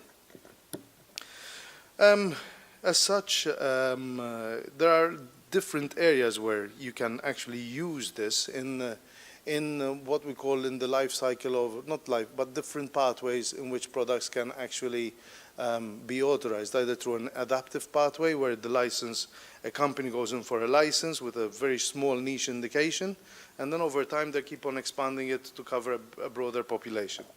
Apart from that, you've got existing normal standard medicine, so there's a role over there for orphan drugs and for advanced therapy medicinal products, making things more complicated, as always. The bottom line is evidence of efficacy. The standard, gold standard, are randomized clinical trials. And the major point is that thanks to the randomized clinical trial, we get essentially the data that we need for efficacy, so that we know that the product is working, okay? The population selected as well, and you get your gold standard by comparing to comparators or to placebo. Importantly, the patient population are homogeneous. Real-world evidence, on the other hand, can answer effectiveness issues, but there's an issue with the heterogeneity of the patient population and the information that you have, many alternative treatments, etc. So how does it work in medical practice? Oh, sorry. That's a lot of clicks. There is limited access. So the challenge is this, as a regulator. I work at the regulatory agency doing all these benefit risk decisions or being involved in that. And we want to use this information. However, there's a lack of framework. The challenge is the lack of framework to facilitate rapid access to and analysis of this relevant data and data sources. We have fragmentation of the resources, lack of integration, data protection issues, lack of methodology. You know, I go to hospital to get the information from the poison center, for example, if I'm doing some pharmacovigilance assessment, and they don't give it, no, sorry, data protection. So there are all these issues. Underuse of technology to exploit innovative data. There isn't the technology, is it robust enough? Is it going to confuse us? Lack of cross-border collaborations between Malta, Italy, or Italy and somewhere else, etc., etc. Lack of sustainable funding to provide access to analyze the data. So although real-world evidence and all this big data is really useful, all these technologies and databases and registries are generating all this data, there are challenges to use it. I think when you think about it, so I've mentioned those 4 pathways, and this is what is supposedly these 4 graphs are trying to state. We've got the adaptive, taking the first slide on the first graph on the left-hand side, upper left quadrant, is for adaptive pathways. So real-world evidence can be useful, not very useful, a little bit in the initial part before you get a license, because you can get some data on, for example, the baseline characteristics of the disease. For the full authorization, perhaps hospital data can be useful. But then post-authorization-wise, you can actually get much more information. Compare it to, for example, existing medicines. In the existing medicines framework, we approve medicinal products with a randomized clinical trial and the efficacy coming from there. So to a certain extent, pre-authorization, there's a little bit less of a role. But for orphan medicines, where it's very difficult to get patient population, to get very numerous patients that you require to have the clinical trial with the robustness that you need, then at that stage, perhaps patient registries, hospital data, data coming from real-world evidence is really useful and can be supportive. In fact, there are examples. We've used them already at the CHMP. It's the committee which I sit on. And we've approved medicinal products in the pre-authorization phase using real-world data and real-world evidence as such. But there are challenges, and the challenges could be, you know, what are we trying to do at the level of the EMEA, at the committees, to try and sort this out? Focusing on the left-hand side, okay, you can see that this is the present situation. We have the regulatory authorities doing their own thing in a silo mentality, pharmaceutical companies integrating with the registry holders, with the data holders, academia, they're interacting. But the regulatory authorities and academia and their collaboration is a little bit lacking. So we're trying to sort this out and try to improve this by having more cooperation even with the agencies and with academia. Through the patient initiative, patient registries initiative, we're trying to do that. So we've set it up, and the vision of this initiative at the level of the EU regulatory network is to facilitate harmonization of data collected across disease registries, because you can understand the challenges that there are, you know, to use all this information. To protect public health through better use of registry data to support benefit-risk evaluation, and to capitalize on the networks that there are. And how do we do this? We've had and held a series of workshops with the registry holders, like, for example, in the areas of cystic fibrosis and multiple sclerosis, with the idea, you know, with the workshop aim, okay, to actually get common data elements, to discuss common data elements, informed consents, governance, data protection issues, and to get common protocols and registry interoperability. And the idea was to get out, and we've done that, to get the draft guidances on this. And the recommendations came out with core data set items. After we've discussed this for completely 3 days, we came up with information, like, for example, for registries, to collect date of birth, date of death, country of residence, employment, say, with respect to disease-specific information, which could be useful for the regulatory authorities. Date of diagnosis, date of onset, MS type, is it relapsing, remitting? You know, there are registries which do not actually collect. So they're doing a lot of effort, and they get all that data, and then we can't really maximize and use it. With respect to the clinical investigations, were they done, were they carried out? Okay, so there's a list over here. Same goes with comorbidities, to have information in these data sets which are being collected for this information to be useful. Whether it's cardiovascular, gastrointestinal, with respect to what treatments are the patients on, that they have, you know, and even adverse events, to register them and collect them and to have them, you know, the coding of an adverse event in registries. Who codes it in one way, who codes it in another way. They are not interoperable.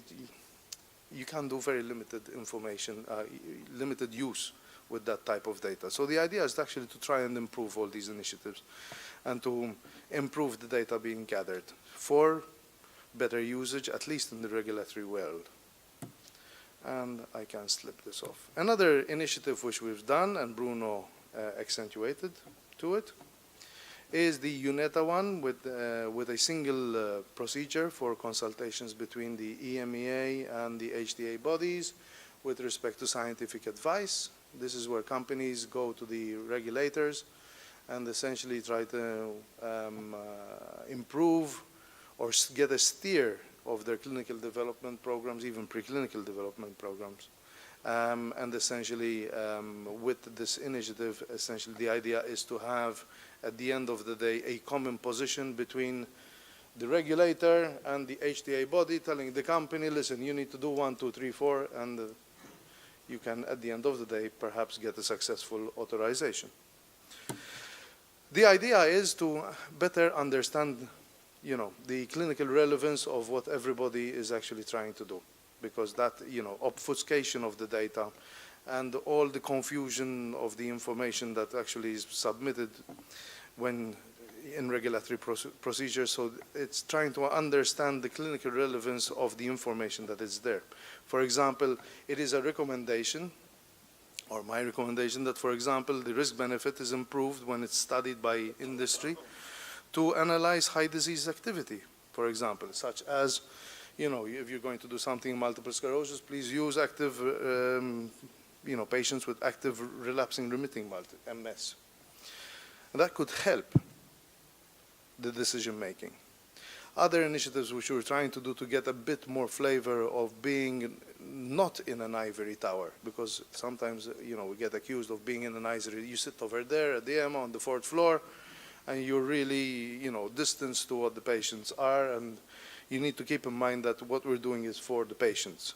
So to do that, we've got patient involvement now recently, being more transparent at the level of the committees, at the level of the PRAC, at the PDCO, even in the scientific advisory groups. These are groups around the committees and their decision making, essentially. And there are additional experts over there with patients actually being involved in the decision making, so that perhaps treatment burden and access issues are at least discussed, because during the regulatory decision making, these aspects should not be considered as per the EU law. But at least through this we can get this sort of flavor, at least when, as my own personal experience, when we've had patients come and discuss their treatment burden during the committees, during the discussions of a medicinal product, to me it enlightened me and it made me more informed on the decision I was taking. The current benefit risk model of CHMP is another area which we've been focusing upon. We have a methodology in which the decision making is made. And the way that we do this is by going through all the data, the efficacy data, identifying the benefits, criticizing or critiquing the strengths of the evidence, understanding the uncertainties in the evidence, and then doing the same for the risks, identifying the risks and then also discussing the uncertainties of the data in the risks to come to a value judgment on the benefit risk. However, we've had also, and I'm soon to finish, Another 2 slides, Rob. So, and I'm on time as well. We have set up the benefit risk methodology product, which changed the templates of how we are trying to integrate all this information and analyze this in this decision making, including real world data. Okay, but the most contentious thing and useful thing was the creation of an FX table now. So when you are doing the decision making, you end up as an evaluator creating this FX table, which perhaps maybe even companies should do this exercise, where you rank the benefits, you can actually rank the benefits and the risks as such to help the decision making, essentially. So that is what we are currently doing. And I think that there are still opportunities for improvement on a lot of aspects. The times are challenging.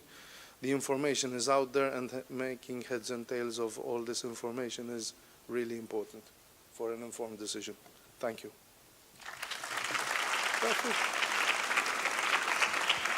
Thank you, John.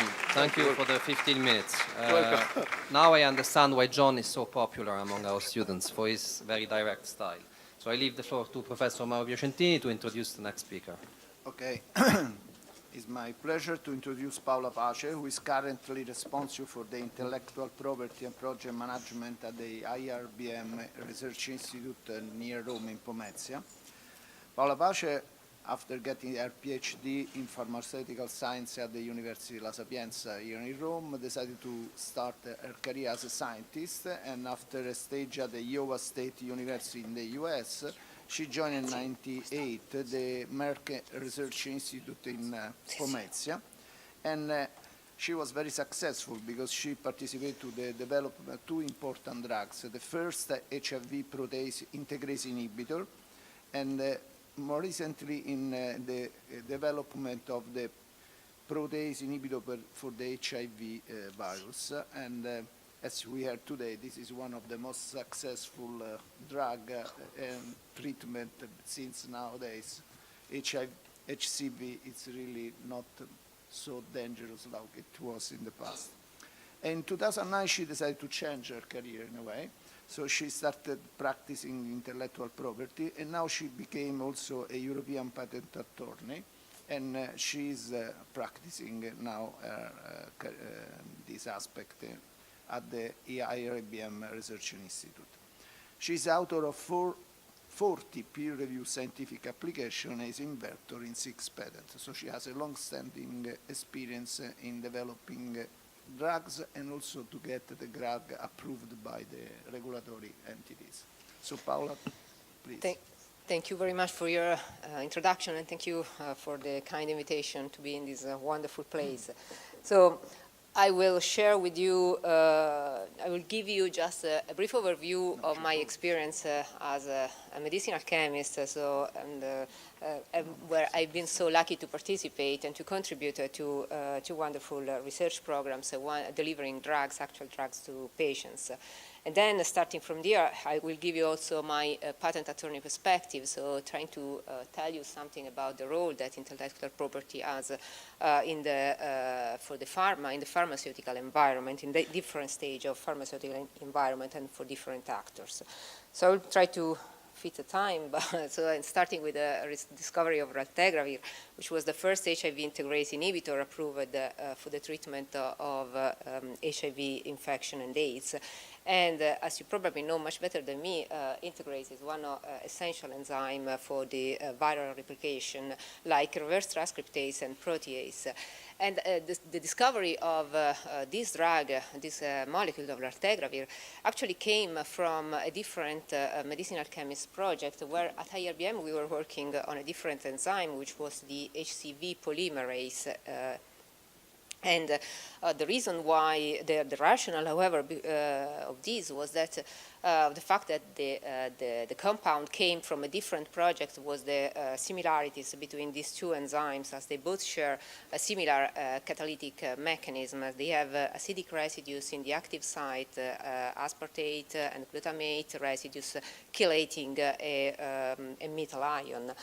So I don't want you to give you a lot of boring chemistry, but just to tell you that we started from these two hits which came as HCV polymerase inhibitor, having a pattern, a structural pattern which was responsible for chelating metals, and so for anchor this molecule into the active site of the enzyme. But both compounds had some problems in terms of stability, of in vitro and vivo stability. So we, as a chemist, we started working around the structure, and we optimized the structure. We designed a new scaffold which was much more druggable from a chemical standpoint. However, very polar, so we kept on modifying this molecule, still working as looking for HCV polymerase inhibitors.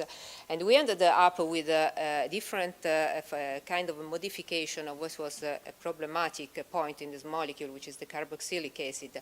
And this compound here was a real breakthrough, because it was inactive on the HCV polymerase, but turned out to be active on the HIV integrase, as we were always counter-screening the compound from one program to the other programs. So we immediately jumped on the second project, and we extensively studied this molecule to understand all the structural feature responsible for the activity. And I need to cut a long story short, but it took about 3.5 years to arrive to extensively modify this molecule, and many compounds were prepared, many failed during this phase for many different reasons. But at the end of the story, by combining bits and pieces from one molecule and the other molecule, we arrived to this guy here, which turned out to have a very good profile, was cleaning all the preclinical and went through all the clinical phases, and at the end of the story was approved by the FDA in 2007 for the treatment of AIDS. Second program was the discovery of grazoprevir, a pan-genotype HCV protease inhibitor. And this is a different approach in terms of medchem, as it is, there is not an HTS, but it is the implementation of structure-based methodologies. This project started in the mid-90s when there was a lot of interest on the HCV protease, based on the fact that this enzyme is required, is essential for the replication of the virus, and also because there were strong clinical precedents for protease inhibition in the field of HIV.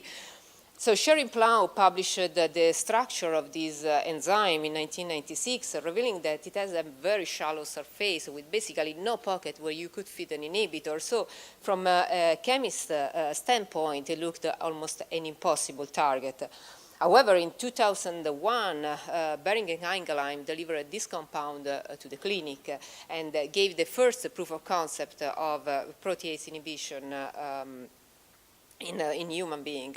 However, the compound was discontinued due to primate cardiotoxicity, and Merck restarted its project from looking to this molecule, and in particular, so we modeled the compound into a full-length protein, and we understood that the helicase codomain was sitting on the top of the molecule, forming a kind of a pocket where the compound was interacting. And also, what appeared evident from this modeling was that there was the possibility to put a linker here. So from this part of the molecule to this part of the molecule, thus creating a different structure which could give further interaction and also could give some intellectual property space going outside of the Boehringer Ingelheim patent. I won't go through all the SAR, of course, but this strategy proved to be successful and delivered the product to clinic. And this compound here, vaniprevir, progressed into clinical phase up to phase 3. But as far as those first generation candidates were going forward, it started to emerge some drawbacks, in particular the lack of efficacy against genotype 3, and also many mutants started to emerge. So our goal at IRBM was to identify a second generation candidate which was active, should have been active on genotype 3 and active on the mutated enzymes. we went back to the modeling, and we studied that this part here on the top of the enzyme, this area here, was highly conserved among the different genotypes. So if we could grow the molecule from this top part here, from the top, we could gain some potential interaction on both, some binding and affinity for both genotypes.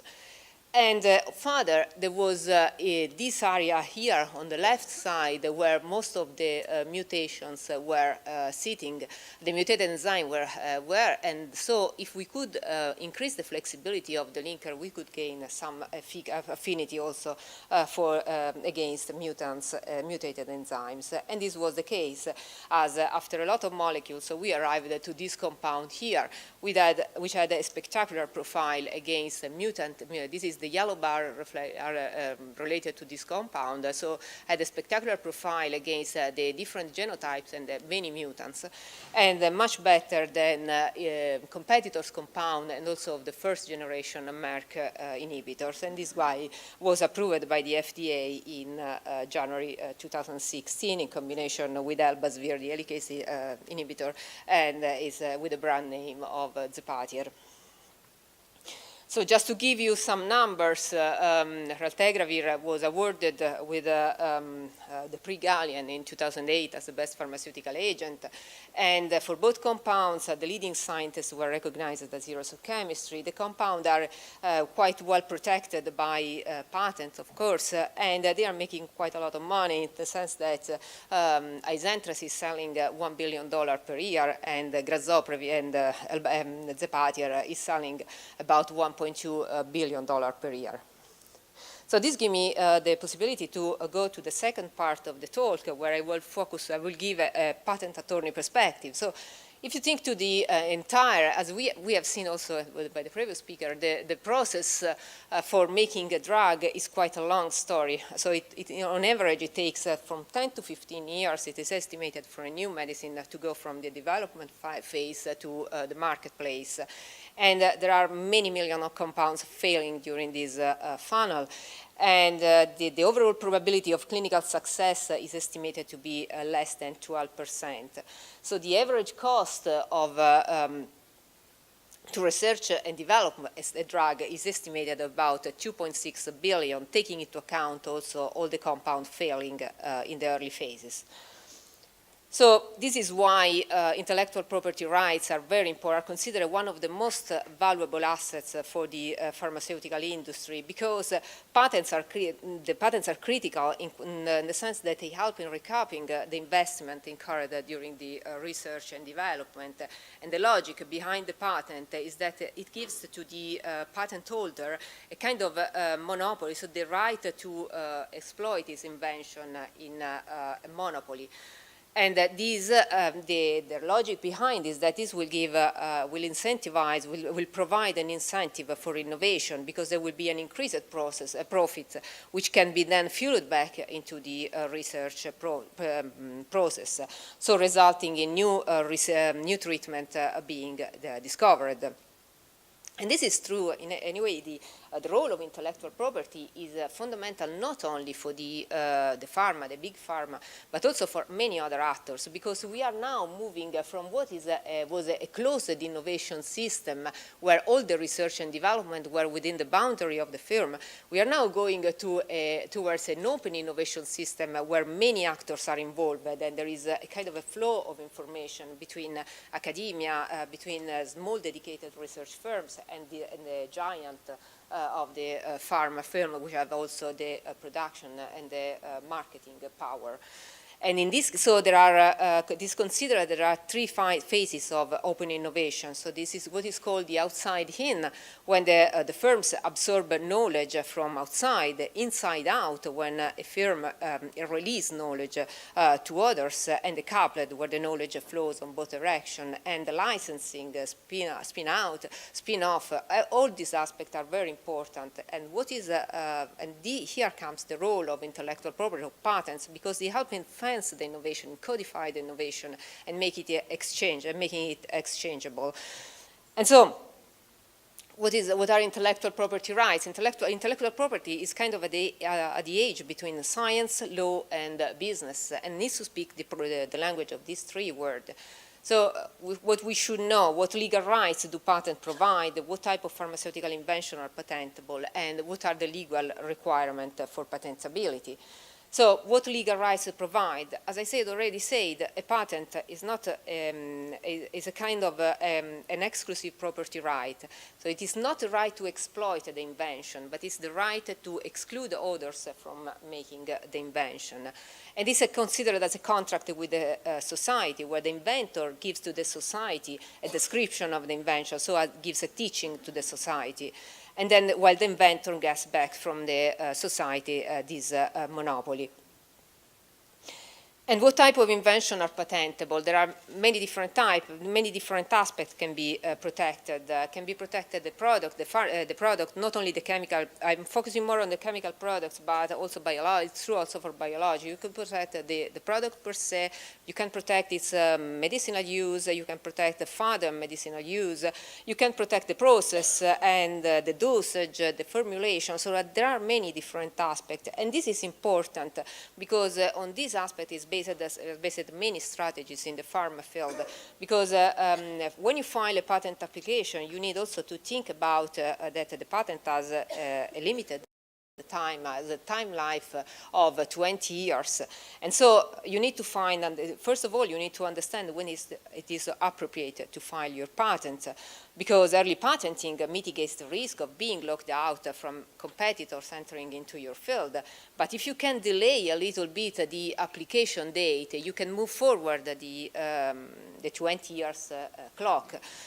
And so you can gain some more, because you need to think that before the drug goes to the market, it must go through the clinical phase and must be approved by regulatory authorities. And so you will lose part of your market exclusivity. But in any case, it is always important to ensure an early application date. So to gain something more in terms of patent protection, usually the pharmaceutical companies try to protect the different aspects of the product, and also to fence the core product, making it difficult to penetrate into the proprietary space. And this was the strategy, for example, followed for raltegravir. If you think to the first patent application as a priority date of 2001, and then was filed in 2004 as selection invention protecting the potassium salt, and then was filed a pharmaceutical composition, and then formulation, and then there was a particular kind of formulation, the tablets, and then the process for making the compound in 2008. And all of this result in a large net of patents, where the first one would expire in 2022, plus there is a way to gain some more exclusivity. And the last patent, the process patent, would expire in 2028. So more or less, the compound will have market exclusivity around 2027 or 28. So what are the legal requirements for patentability? We can go to the European Patent Convention, where it is written that the patent shall be granted for any invention in all fields of technology. So the invention shall have a technical character, provided that they are new, involve an inventive step, and are susceptible of industrial application. An invention is something with a technical character, is not a discovery, so it is not something which exists per se in nature. You need to find a technical application. There need to be an intervention, human intervention into this to develop an invention. The requirements are then explained within the convention, so the novelty is a kind of a photographical requirement. So an invention is new if it does not exist in the state of the art. The inventive step is what is more philosophical, in the sense that what is written is that an invention should be considered to involve an inventive step if having regard to the state of the art, it is not obvious to the skilled person in the art. And then there is the industrial application, means that can be made in an industry, means that does not violate a physical law, basically. And then a further requirement is the enabling disclosure, so which means that the invention must be disclosed within the patent application, and a skilled person should be able to reproduce the invention. I want to go in the real case, and showing you the patent protecting grazoprevir. So the first patent application was filed by Merck in 2006 and covering a general class of compounds and reciting this kind of claim 1, where you say a compound of general formula 1, wherein blah blah blah, there is the definition of all these substituents present on the core scaffold. And importantly, this A was well defined in terms of many heterocyclic ring, but many heterocyclic ring were included as quinoline, isoquinoline, but not the quinoxaline, which was actually the heterocycle present on the compounds which then became grazoprevir. So when we arrived with this molecule, we had this molecule in hand, in our hands, we realized that this was not protected by the patent. And why this happened? This happened because we need to make a step back. So the compounds we were first developing was a quinoline derivative, not a quinoxaline derivative. But this compound in rat dose DLT toxicity studies, so in the toxicology preclinical studies, showed a low liver and plasma exposure. And these results was completely out of line with the results that we had obtained before in studying these compounds. And we understood that this was due for the problem for the basis, but it was a disproportionation problem. In fact, the compound at high doses was just converting into a zwitterionic form and was precipitating, so there was no compound to be absorbed.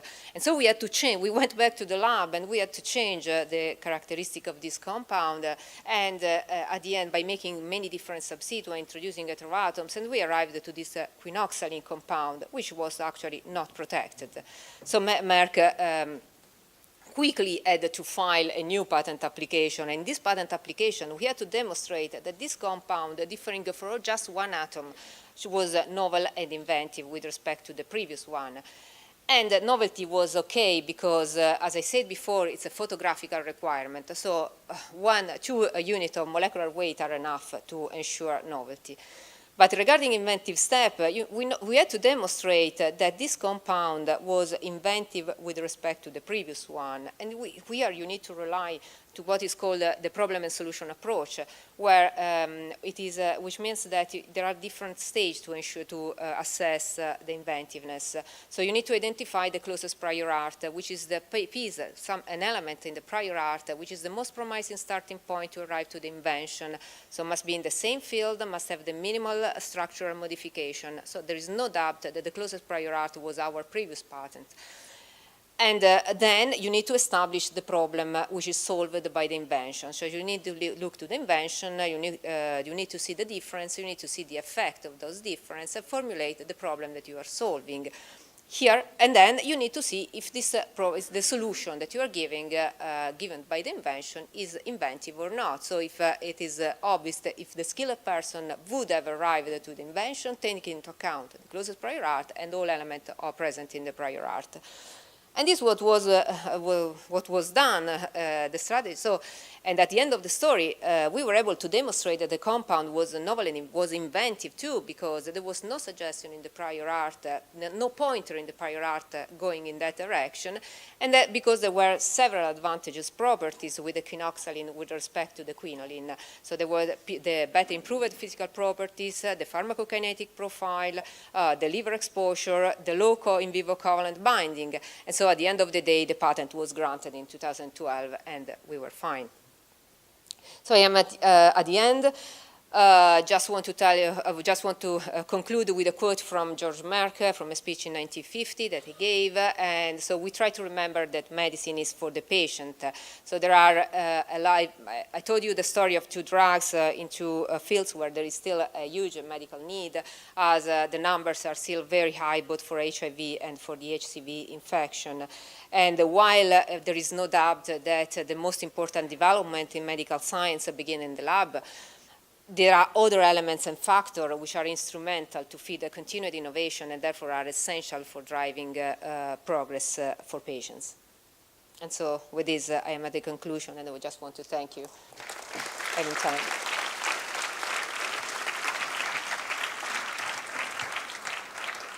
Thank you. Thank you very much, Paolo, for this beautiful presentation and two successful stories that really are important for patients. Go on. So we just have a 5-minute break because our rector finally is with us, Professor Giuseppe Novelli, and he wants also to give a welcoming to you. Okay, thanks.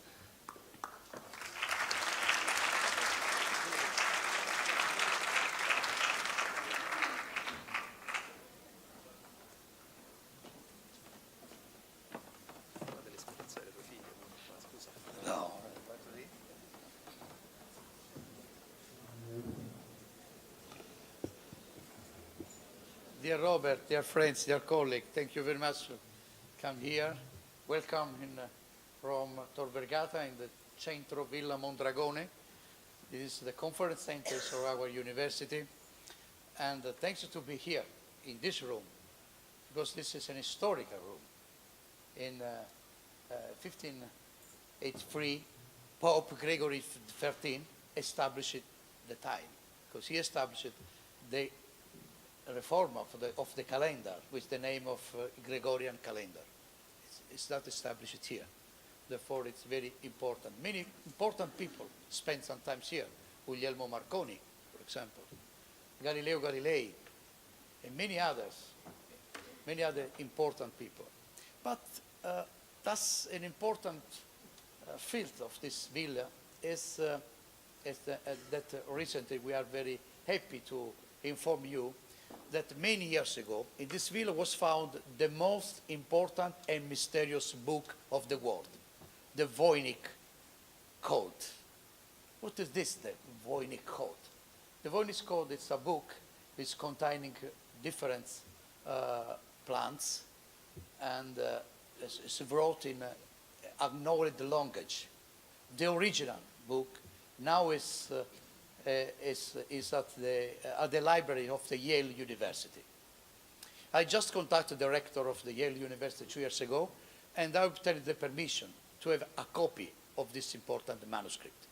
Now the copy is arrived just 2 weeks ago in Tor Vergata. It's out in my office at the rectorate in Rome. Therefore, I hope to present this book in a next occasion. But apart this historical things, I'm very happy to be here and to discuss with you about the pharmacy school in Tor Vergata. This is a very, I would like to thank Professor Pino Nistico and Robert and Professor Melini and Piacentini, and in particular my previous rector Alessandro Finazzago, because he inspired me to stress, to start with this school of pharmacy in Tor Vergata. Thank you very much, Alessandro,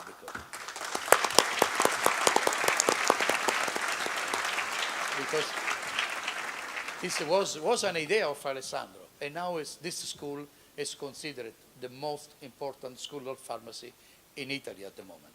I'm very proud for this. I'm sure you confirm this. Yes, and Professor Piacentini at the moment. No, this is an aspect, because we revolutionized the organization of the School of Pharmacy in Italy. Because before our school, the School of Pharmacies in Italy was based on chemistry based.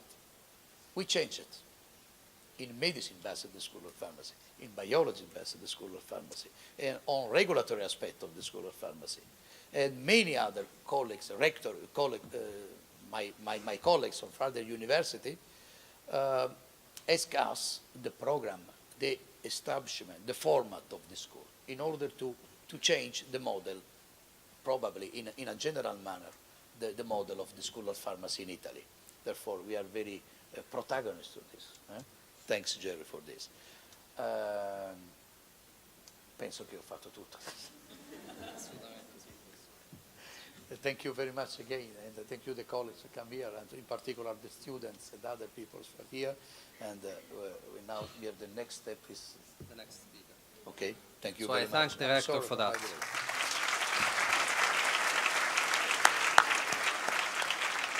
But I want to say just one thing. I really appreciate that he came here this morning, despite all the effort he has to make to be here with us. But he really believes in pharmacy. This is true. This is not just words. And one of the proofs of that is that the two daughters of Professor Novelli were our students, and they got graduated in our School of Pharmacy in the past. Okay. So thank you to be here. I leave also to Gerry and to Mauro to say something. To introduce Boris Zivotowski, I guess. So it's a pleasure for sure to introduce Boris, that have the opportunity to meet about 30 years ago, and since then we never had a change in this common interests and common friendship. Boris Zivotowski can be considered, and it is one of the pioneers of the cell death field. He's one of the most cited scientists in toxicology and the cell death studies. And Boris started his career in Soviet Union, and where he was studying radiobiology and cell death. So he became interested in cell death in Soviet Union, and he was very successful there. He received one of the most prestigious awards that Soviet Union was releasing at that time.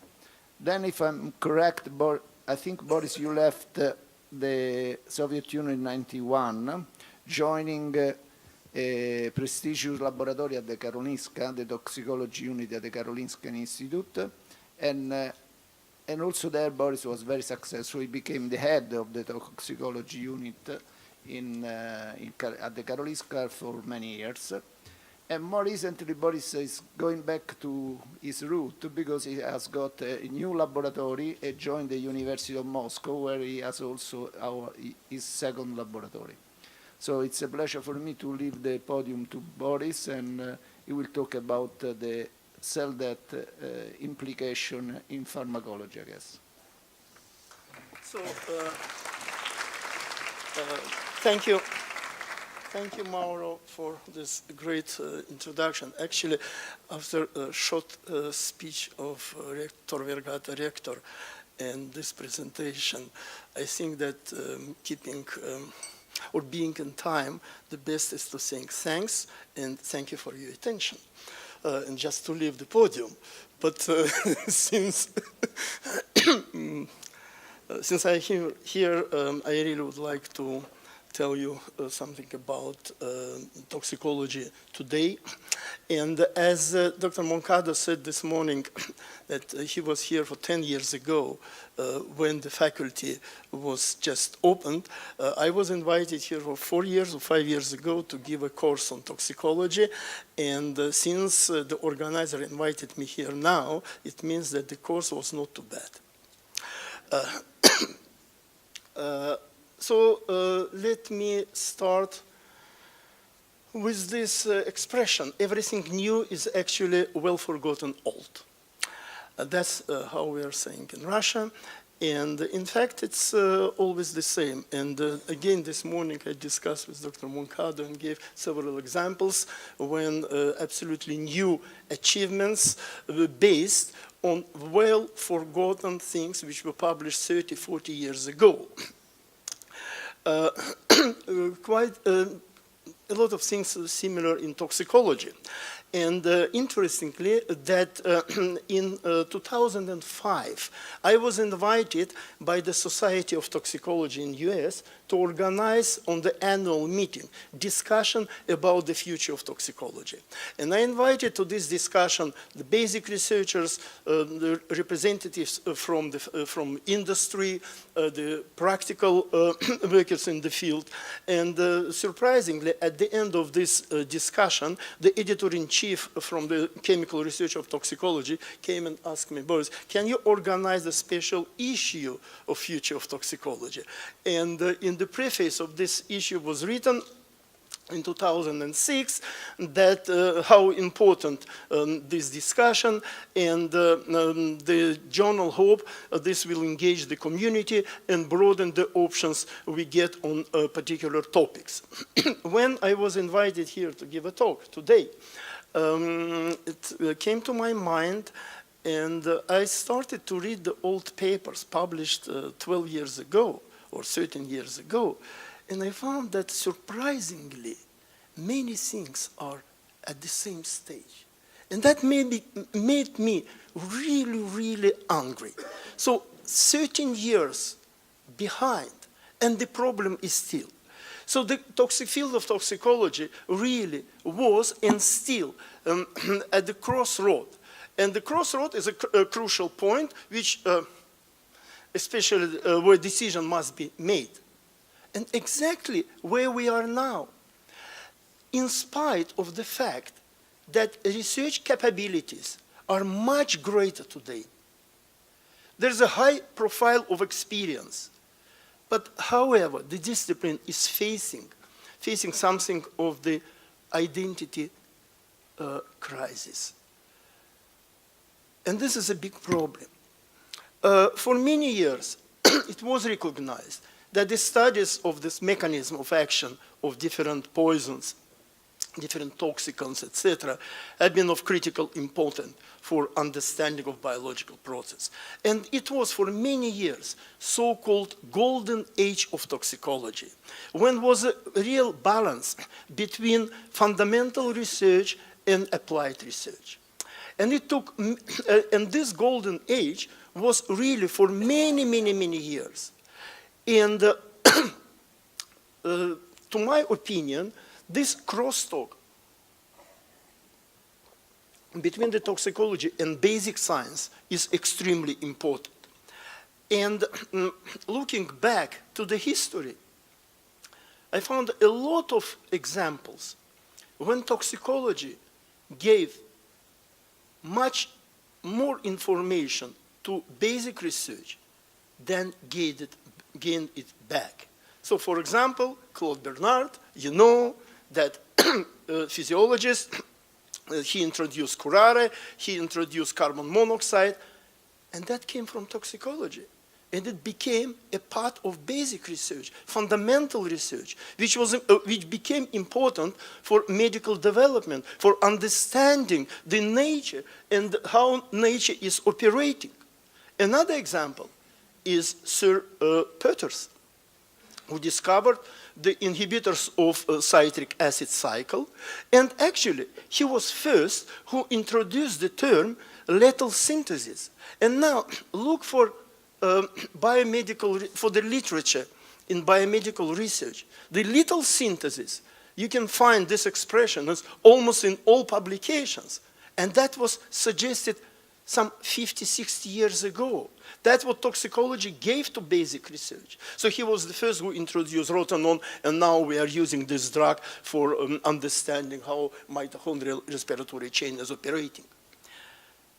Where we are now, it's a balance, switch toward the applied research. And unfortunately, this is one of the biggest problems in toxicology. So why it happened? It has happened first, much less development were incorporated into toxicology. And it's one of the biggest problem. The second, today, several speakers were talking about regulations. And unfortunately, the poison became international guidelines. And that significantly influenced the fundamental research. So too much regulations. I'm not against regulations, don't blame me, please. But I think that sometimes these regulations pushing development of research in not, let's say, fully correct direction. Then international harmonization, which tends, which allowed these manufacturers and suppliers to use much less resources. And that's a big problem for the global market. So why it happened? After this golden age, as I said, that much less development was incorporated into toxicology. And this implemented this guidelines. They came at a price. So what we can do, the problem is, another problem is that there's almost no other scientific field in which the core experimental protocols have remained during the 40 years. Nothing new. And one of the biggest achievements, and that was the hope in toxicology field, was the establishment of the so-called REACH program in 2007. This program supposed to regulate analysis of many chemicals, and the program was started with analysis of chemicals which were produced in the size of 1,000 tons per year. Then within 3 years, it's supposed to be finalized investigation, and in 11 years, the idea was that all chemicals should be analyzed, even those who are produced in the size of 1 ton per year. In addition, it was investigation of risk assessment. But however, last year, European Chemical Agency reported that all chemical companies failed to provide this important safety information. And nearly 3/4 of all cases checked by the authorities. So even European agency or European Union introduce or invest certain amount of money, the program now it does not reach this stage which was expected from the beginning. Another important program which was also introduced in Europe is so-called CORAP. This is evaluation of different substances, and again, it was a regulation, and until 2018, about 400 substances have been prioritized. And interestingly, that the risk management was initiated for 12 substances since this REACH in 2007 came or was introduced. And again, now we know this national officials concluded that 64% of all substances under evaluation, and they lacked the information which was needed to demonstrate the safety. By March 2019, the authorization has been granted only for 185 times, and with no eligible request ever having been rejected. So there are many problems, and in spite of having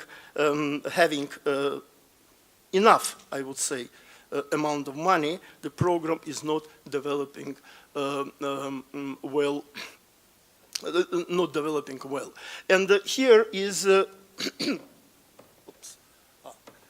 it's amount of money which was introduced, which was invested for this investigation within last several years, and in spite of that, there is a big problem. What exactly we can do? First, lessons from the pharmaceutical studies, the risk assessment methodologist. And this methodology now,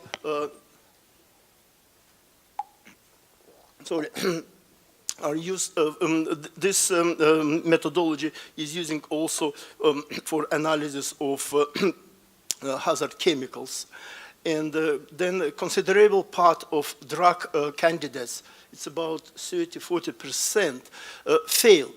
And we have heard today a couple of presentations when after analysis of 1 million or 1 billion chemical compounds, at the end we have only one. And now this is a second problem. And altogether, this created pressure to develop so-called human cell-based models. It's good and bad, and I will try to, in the next 5-6 minutes, to explain why. First is how to go towards a new toxicology.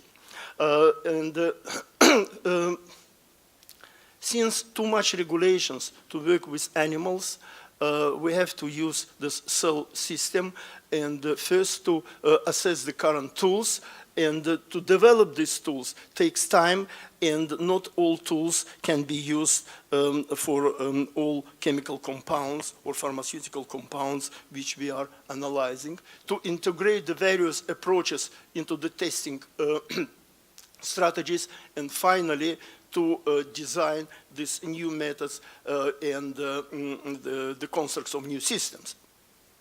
So the toxicology community really needs to take this 3 main steps to arrive to this new so-called system toxicology. A couple of years ago, actually last year, Horning introduced this or suggested the challenge of continuous change toward the new regulatory toxicology. And this is really a process which increase with achievements of new data and new knowledge. Hopefully, by following this idea, we will be able to come back to the so-called golden age of toxicology.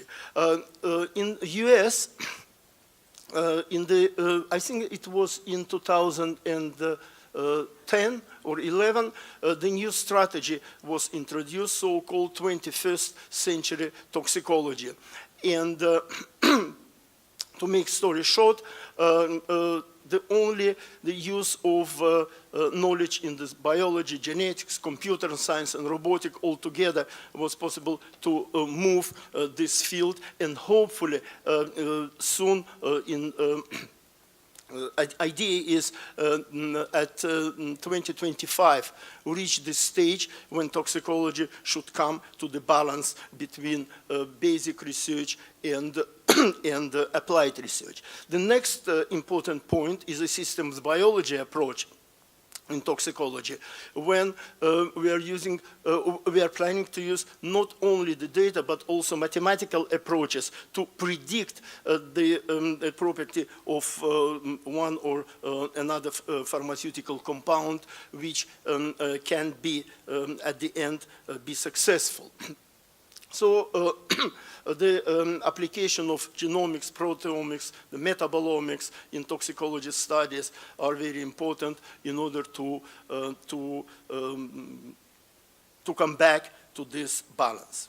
So what is the role, or if any, for cell death research in the development of toxicology? And in the 70s, one of the pioneers of cell death research, Andrew Wiley, suggested in one of his seminal paper, actually, for those who does not know, the field was really initiated in 72 by publication by Andrew Wiley and 2 colleagues, the seminal paper in the field. So he suggested that apoptosis is one of the mode of cell death might be induced by injury stimuli of lesser amplitude than those causing necrosis in the same cells. At that time, only 2 types of cell deaths were known, and the apoptosis and necrosis. And then he suggested that it might occur more readily in cell population which is primed for toxicology. More or less at the same time, the first very dangerous compound was investigated very deeply, which is brombenzene, and found that, in fact, all cells treated with this chemical compound died by so-called apoptotic mechanism.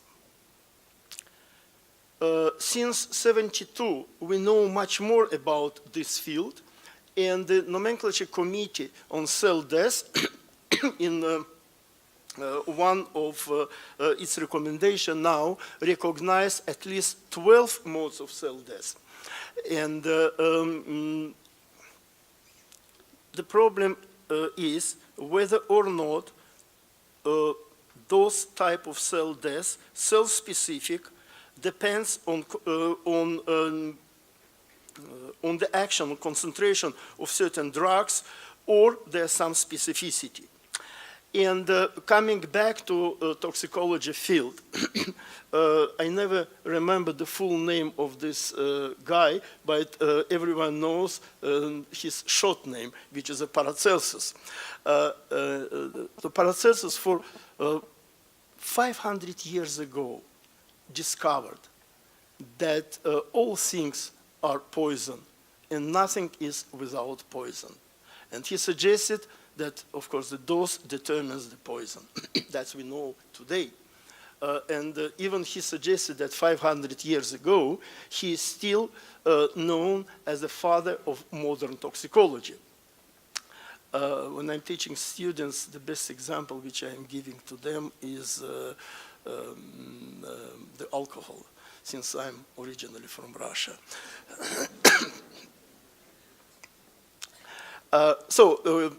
In terms of cell death, you can see that the small doses of the same toxicant might induce one type of cell death, and with increasing, it can switch from one to another. And this is extremely important for understanding the mechanism of action of each drug.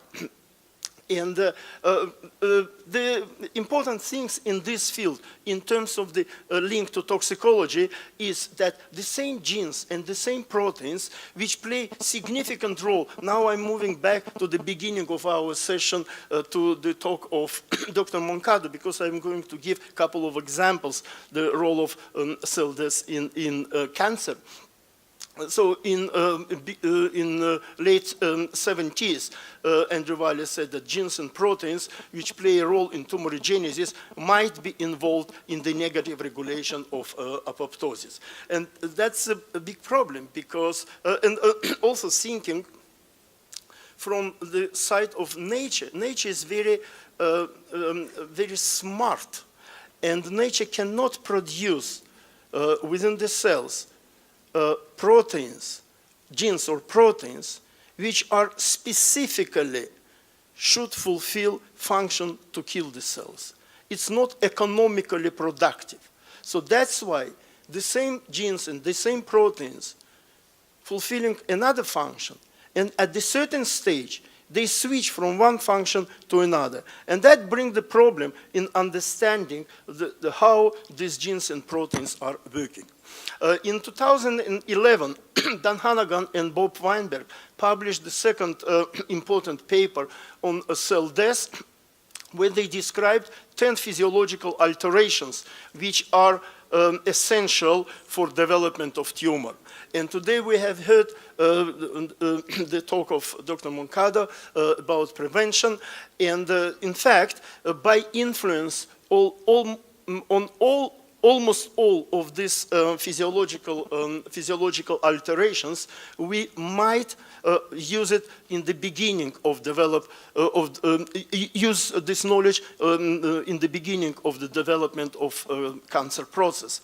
However, among these physiological alterations, there is only one which is essential for elucidation of tumor, and that is cell death. This is only one way how to be rid of tumor cells, is to kill them. So does it matter how cells die? Yes, it does. First of all, it's important for our understanding of the chemical hazards and the mechanism by which the toxicants can damage the cells. It's important also to understand why the neighboring cells in the same tissue might be affected differently. And this is extremely important for the treatment of the patients.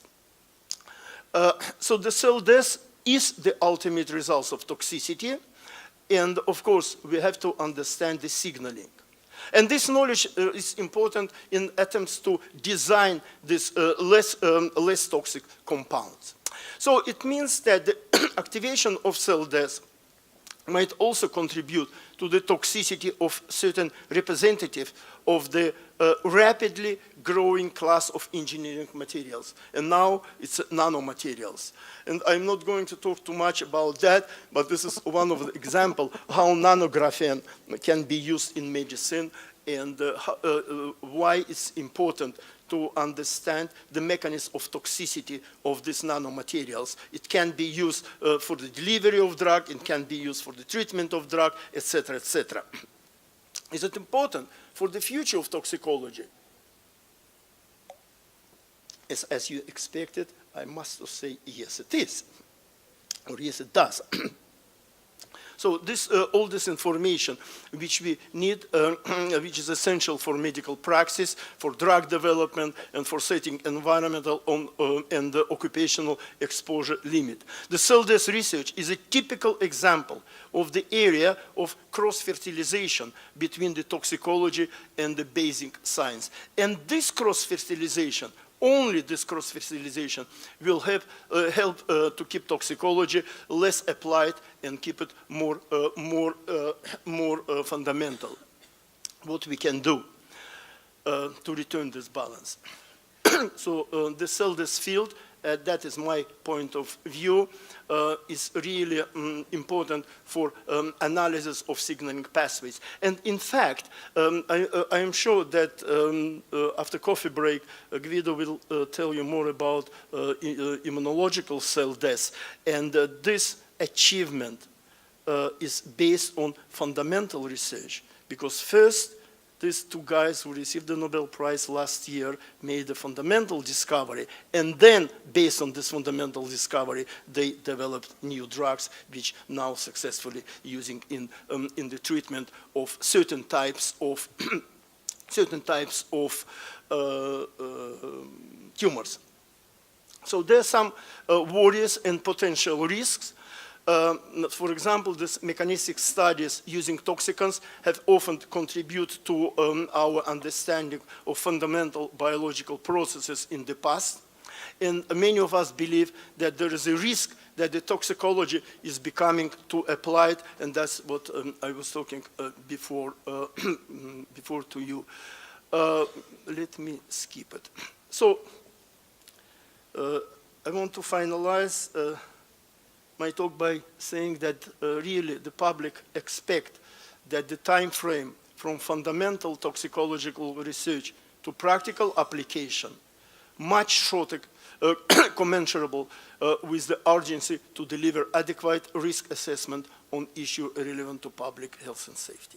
And I'm happy to be here today to celebrate 10 years of the Faculty of Pharmacy, because to my understanding, not only fundamental research and applied research are important for the future of toxicology. The future of toxicology should be based on 3 big animals, and those are fundamental research, applied research, and education. And without education, we will not be able to reach anything. Thank you for your attention.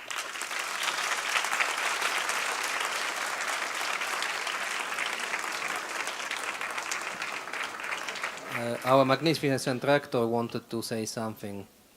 No, just to thank and welcome to Professor Jürgen Reichard from James Cook University of Australia as present here. Jürgen, it's a friend of Tor Vergata. Now it's visiting professor in our university.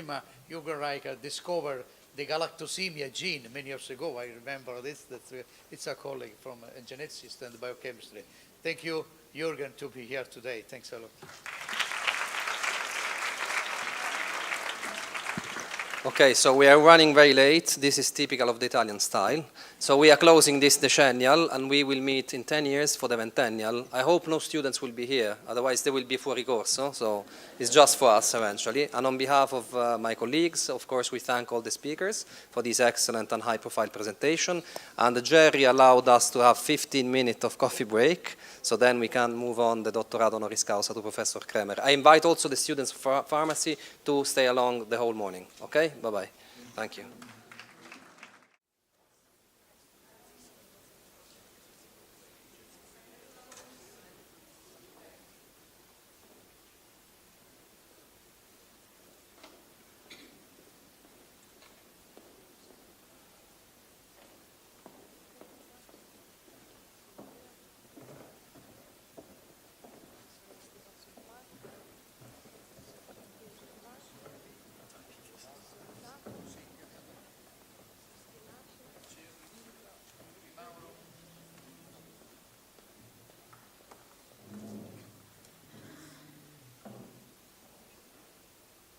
Potete toglierlo adesso, sì.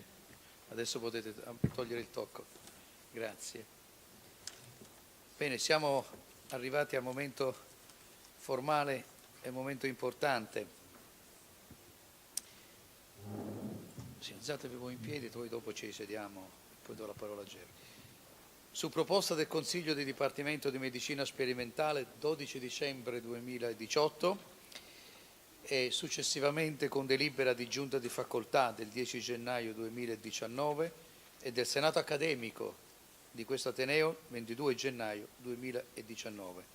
È stata accettata la proposta del Dipartimento di conferire il Dottorato Honoris Causa a Guido Kroemer e lascio la parola volentieri al professor Melino per le motivazioni e la presentazione del candidato. Prego, professor Melino. Leggo le motivazioni che sono state stabilite dal Senato Accademico per il conferimento del titolo di Honoris Causa del Dottorato di Biochimica e Biologia Molecolare per il dottor Guido Kroemer per le meritevoli scoperte sulla morte cellulare programmata e sul ruolo dei mitocondri, a cui sono recentemente seguite notevoli scoperte sulla immunologia dei tumori che stanno portando a notevoli innovazioni terapeutiche. A questo punto volevo brevemente riassumere alcuni tratti del curriculum del candidato, lo studente di dottorato.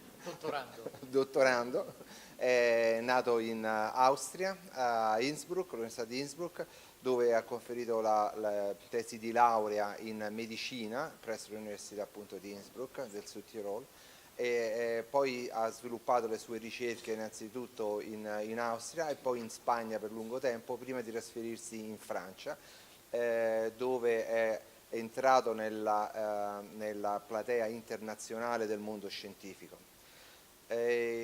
Ha una produzione scientifica di notevole rispetto, ha superato da poco i 1000 lavori, spero che gli studenti cominceranno a leggerli tutti e 1000 uno per uno, interrogheremo a caso. Ha una H-index di 219 per gli aficionados dei numeri e ha alcuni articoli con 5.000, 4.500, 4.100 pubblicazioni. Questo per dire, citazioni, per vedere quanto è letto il lavoro prodotto dal dottorando. Un famoso scienziato mi diceva che per essere grandi bisogna riassumere la vita scientifica in 3 parole.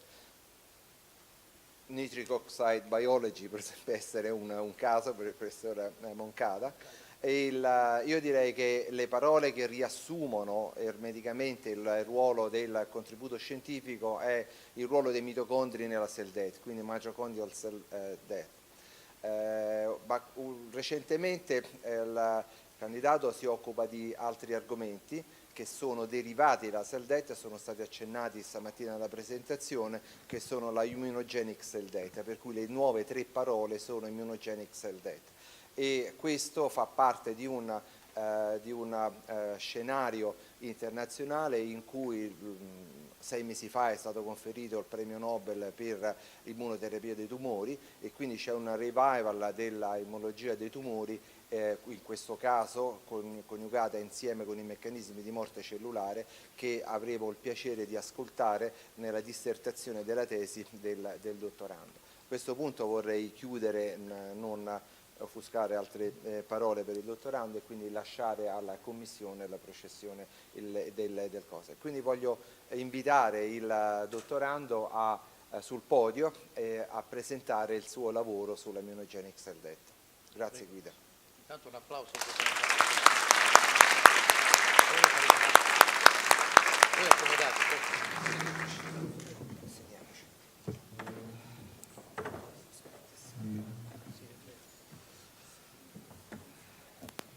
Sono in un momento stressato nella mia vita perché sono in piena metamorfosi da dottorando a dottore e sono molto lieto di essere accompagnati da tanti amici notevoli accademici e studenti di questa facoltà di farmacologia di Tor Vergata. Grazie tantissimo per questo onore. e mi sento proprio lusingato. Puoi parlare anche in inglese, ma non in tedesco. Quindi io continuerò in inglese, ma non dubitate a fare delle domande più tardi in italiano. Quindi, so I'm supposed to give a talk about immunogenic cancer cell death. It's 4 words, it's not 3, and I will structure my talk into 3 parts. I will give a brief introduction on immunogenic cell death that we abbreviate ICD, which, as a matter of fact, represents an unexpected mode of action for chemotherapeutics.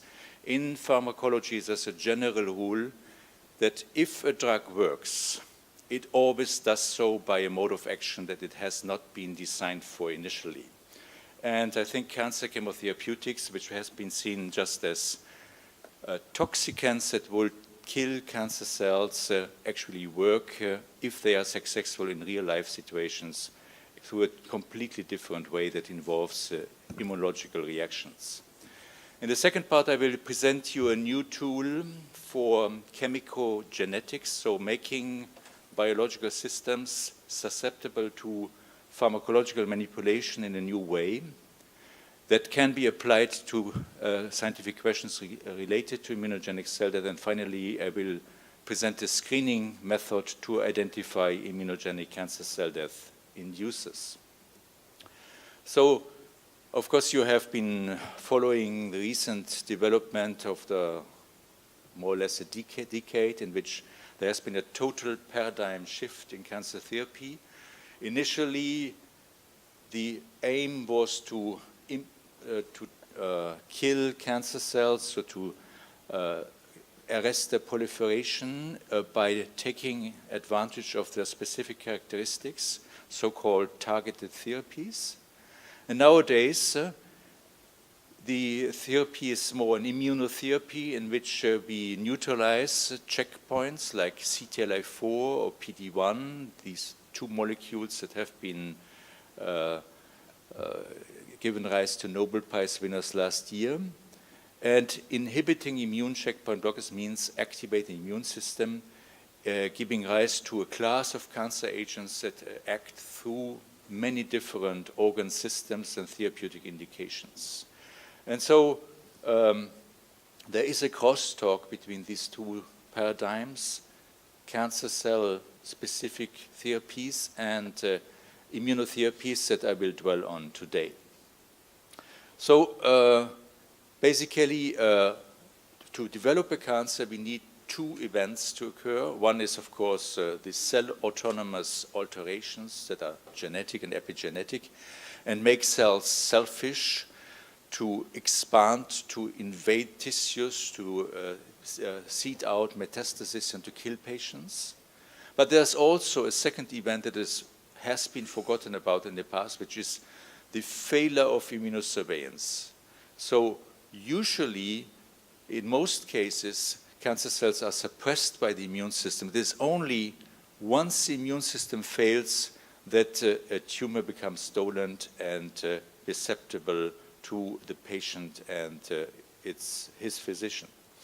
And when therapies work, so instead of obtaining just a few weeks or months of benefit for the patient, when therapies can obtain a delay in disease development by years or sometimes even decades, they always are also immunotherapies. So successful radiotherapies, successful chemotherapies, successful targeted therapies are working because they induce a desirable combination of stress signals on cancer cells and sometimes on the immune system to stimulate an anti-tumor immune response. And so there's no such a thing as an oncological treatment. All treatments that work fall into the realm of oncoimmunology.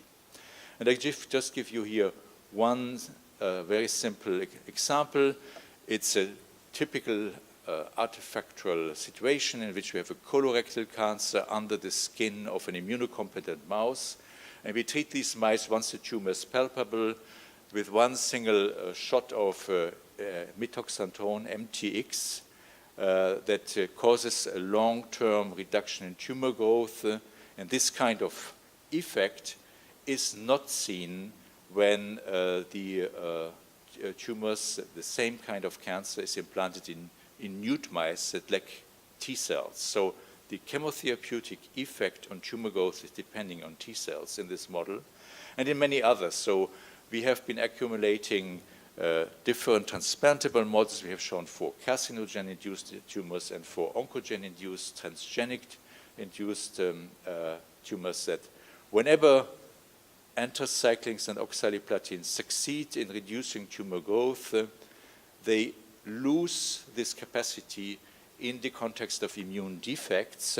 So taking out T cells or just dendritic cell subsets or some pattern recognition receptors such as toll-like receptor 7 or 4-milpeptide receptor 1, FPR1, will completely abolish the efficacy of chemotherapy with these agents in mouse models. And not only in mouse models, also in humans, where, for instance, breast cancers and colorectal cancers treated with anthracyclines or oxaliplatin-based chemotherapies, respectively, will respond much better if the tumors are infiltrated before treatment starts with T cells. And immune defects that affect the patient or affect the tumor, even just loss of function alleles of TLR7 and FPR1 are sufficient to reduce the prognosis of the patient and reduce the efficacy of chemotherapy. And there's another example, which is neoadjuvant chemotherapy of locally advanced breast cancer, in which we studied the immune infiltrate at diagnosis, but also at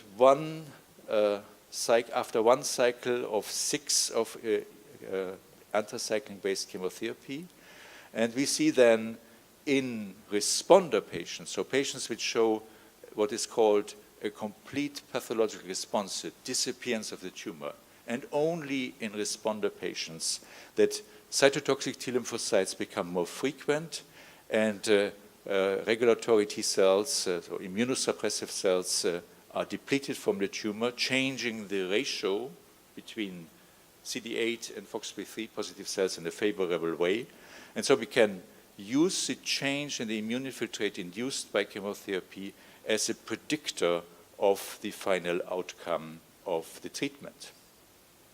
Now, over the last years, we have been fighting in favor of the hypothesis that immunogenicity, so the capacity of a cell, in this case a cancer cell, to elicit an immune response is actually determined by 2 components. The equation is antigenicity plus adjuvanticity equals immunogenicity.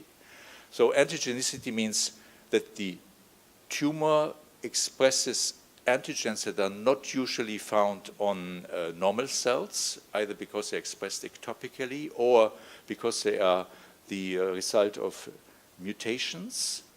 And adjuvanticity means that the tumor has to alert the innate immune system by so-called danger-associated molecular patterns, DAMPs, or alarmins, that will, in the combination, lead to an immune response. And there are several such adjuvant signals that are related to immunogenic cell death that participate in this cascade. So if we just for 1 second use the example of viral infection. So every year, each of us survives several times viral infections due to the capacity of our immune system to eliminate virus-infected cells. And you see that the cell is infected by the virus, so it acquires a new antigen, which is virus-encoded.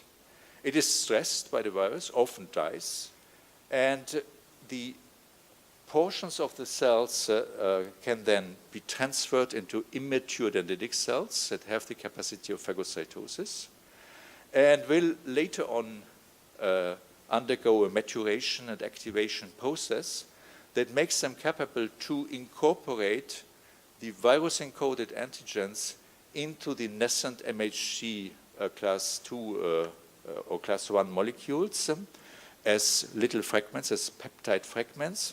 And we call this process in basic immunology cross-presentation. So the dendritic cell cross-presents viral antigens from an infected cell to T cells, educating them in a way that they become able to lyse residual virus-infected cells and to save us from infection. And so in this game, we need several signals that come into action. We have to attract dendritic cell precursors in the vicinity of dying cells. These dying cells have to emit eat me signals so that the antigen can be transferred. There has to be a relatively long dendritic cell corpse interaction. These dendritic cells have to mature to become able to possess and present the antigen. And one needs to upregulate MHC class 1 molecules and to attract T cells into the virus-infected area to have the whole system going. And this is exactly the same cascade that is induced by immunogenic cell death stimuli. So anthracyclines, tachlines, cyclophosphamide, oxaliplatin, and radiotherapy, and a few others are able to stimulate a kind of cellular stress that is perceived like a viral infection. And it is important to note here that some, or actually most chemotherapeutic agents are not able to induce immunogenic cells. One example is cisplatin, which, as you know, rarely cures tumor patients, with the exception of seminal carcinomas. And so it's an exclusive property of a subset of chemotherapeutics to induce this kind of cellular stress. Now, there are several pre-mortem stress pathways that are elicited. Autophagy for the release of ATP into the microenvironment of the cells as a chemotactic factor. And endoplasmic reticulum stress, which is required for the exposure of the most abundant endoplasmic reticulum protein at the surface of the cells, which is calreticulin, which serves as an eat-me signal. Then we have annexin A1 and HMGB1 that are released from dying cells for stimulating subsequent steps in the cascade. And finally, we have what is called viral mimicry in sensu stricto, which is an elicitation of a type 1 interferon response. So chemotherapy induces a type 1 interferon response, which is quite fascinating. And only in that way, the cycle can be completed and T cells can infiltrate the tumor for the benefit of the patient. Now I will dwell for a short while, this is the second part of my talk, on calreticulin. Now calreticulin is a protein that is appearing on the surface of the cells as an eat me signal. And there is a literature around showing that calreticulin can be mutated in a subset of tumors which are the so-called myeloproliferative diseases, in which classically the exon 8 of the calreticulin protein is mutated, and an ER, an endoplasmic reticulum retention signal, which is a peptide abbreviated CdL, is lost from the protein, and the new N-terminus is generated. And so as a result of these mutations that can be classified into type 1 and type 2 mutations, is not really important here, the mutated calreticulin protein acquires the capacity to interact with the thrombopoietin receptor, which is abbreviated MPL, within the cell. And so the neo N-terminus of mutated calreticulin makes it a ligand for a trophic receptor and converts it into an oncogenic protein. And this is the mechanism of myeloproliferation that then often becomes a malignant disease after several additional mutations. So we asked the question whether calreticulin mutated in this way might have additional functions on the immune system. And for this, we created a chemical genetic approach. So we invented this word in the way you know the word optogenetics, which is using light to change the conformation of proteins, mostly in neuroscience, to use light as a way to manipulate electric currents on cell membranes. And we use this word chemogenetics as a genetic manipulation that introduces responses to a chemical or pharmacological signal that usually does not induce a response in a living system. Now, this system precisely is called the RUSH system, retention using selective hooks, that's the abbreviation. And it is based on the strongest ligand-receptor interaction that Mother Nature has invented. It is based on the interaction between streptavidin, a protein from bacteria, and biotin, the affinity being 10 minus 14 mole per liter. So it's the strongest interaction. And our system is based on the discovery decades ago from other people that you can design peptides, so-called streptavidin-binding peptides with variable length to interact with streptavidin at the same binding site as biotin, obtaining an affinity which is honorable, it's in the nanomolar range, but of course much lower than for biotin. And so what we do is we introduce into cells streptavidin that we can place in any subcellular compartment, for instance in the endogenic reticulum or the nucleus and the plasma membrane, it doesn't matter. And then we introduce into the cells the additional proteins. So it's just to show that we, of course, check for the correct subcellular localization of these streptavidin hooks. We call them hooks. And we then introduce into the system the protein of interest, X, fused to streptavidin binding protein, which can be the N-terminus, C-terminus in the middle. And in the absence of biotin, the second protein,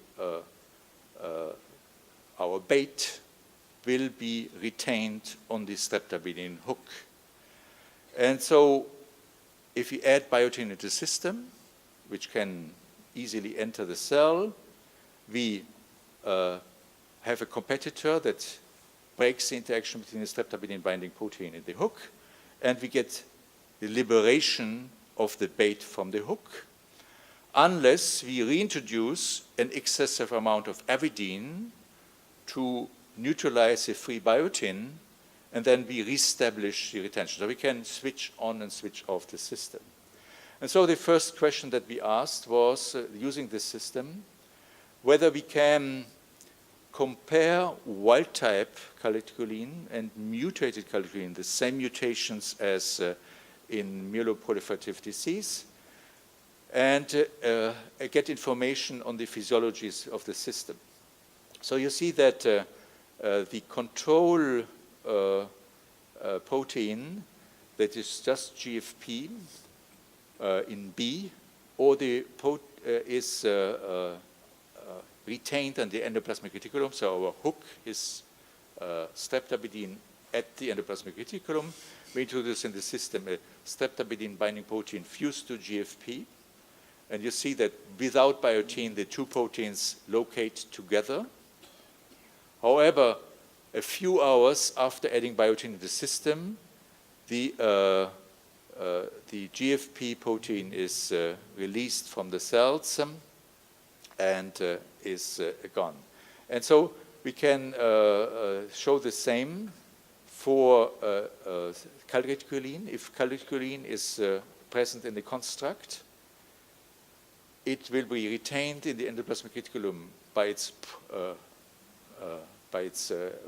the hook, and upon addition of biotin, it will not be released because it bears this CdL sequence that withholds this in the endoplasmic reticulum in an autonomous fashion. However, the mutated MT1 calreticulin D is released from its hook and hence disappears from the cells upon addition of biotin. And this is also true for mutant 2, and we can quantify the results. So wild-type calreticulin is fully retained in the endoplasmic reticulum, the gray elevated column, and all the other constructs are after mutation released, and we can do films and show that the release of the mutated calreticulin from the cells is occurring within half an hour, and an hour is already significant. And we can show by tracking the fluorescence signal of the GFP protein that it transiently interacts with the Golgi apparatus. So it goes from the endoplasmic reticulum to the Golgi and then is released from the cells, very much as you would expect from a classical or conventional secretion pathway. And actually, if we add brefildine A, an inhibitor of conventional secretion in the system, we completely block the release of mutated calreticulin from the system. And we can, of course, look by other methods than fluorescent technology at the fate of calreticulin, for instance, by doing ELISA, so by looking at by Western blot, and you see that in the supernatant of the cells, bearing the mutant calreticulin, after addition of biotin, the protein appears, while the endogenous protein is not released. And this has some bearing for patients with myeloproliferative disease. So we just switch from the in vitro system to the in vivo physiology because we can actually measure recombinant soluble calreticulin in the plasma of patients as compared to age-matched controls. And we can also see that the calreticulin protein is present on the surface of circulating leukocytes, here for instance, lymphocytes and monocytes in patients and not in control subjects. Now, this is just an observation. Calreticulin is released in the context of its mutation coupled to myeloproliferation. Has it functional consequences? Now, I already told you that calreticulin is a prophagocytic signal, so when it appears in the cell surface of stressed and dying cells, it facilitates their phagocytosis by the dendritic cells. And you can, of course, imagine that an excess of soluble calreticulin, which should not be there usually in the intercellular fluid, might add as a decoy, break the interaction between calreticulin on the surface of the cells and the receptor on phagocytes, which is CD91, and hence block phagocytosis. And so we tested this question by co-incubating CD11C positive dendritic cells with tumor cells that in the middle of the graph are treated with oxaliplatin. And you see that the cells form doublets by immunofluorescence that reflect phagocytosis that can be blocked on the left hand of the on the right hand of the graph by adding recombinant calreticulin in the system. And you see this is a dose-dependent effect that is only observed at high temperature because phagocytosis requires the cells to be active. And you can actually show this also by image cytometry. So instead of using classical cytofluorometry, you use image cytometry, and then you see cell-in-cell structures, in which, for instance, bone marrow-derived dendritic cells that are CD11C positive eat oxaliplatin-treat fibrosarcoma cells in a reaction that is inhibited by recombinant calcium added to the medium. Now, is this happening in vivo as well? So we did two things.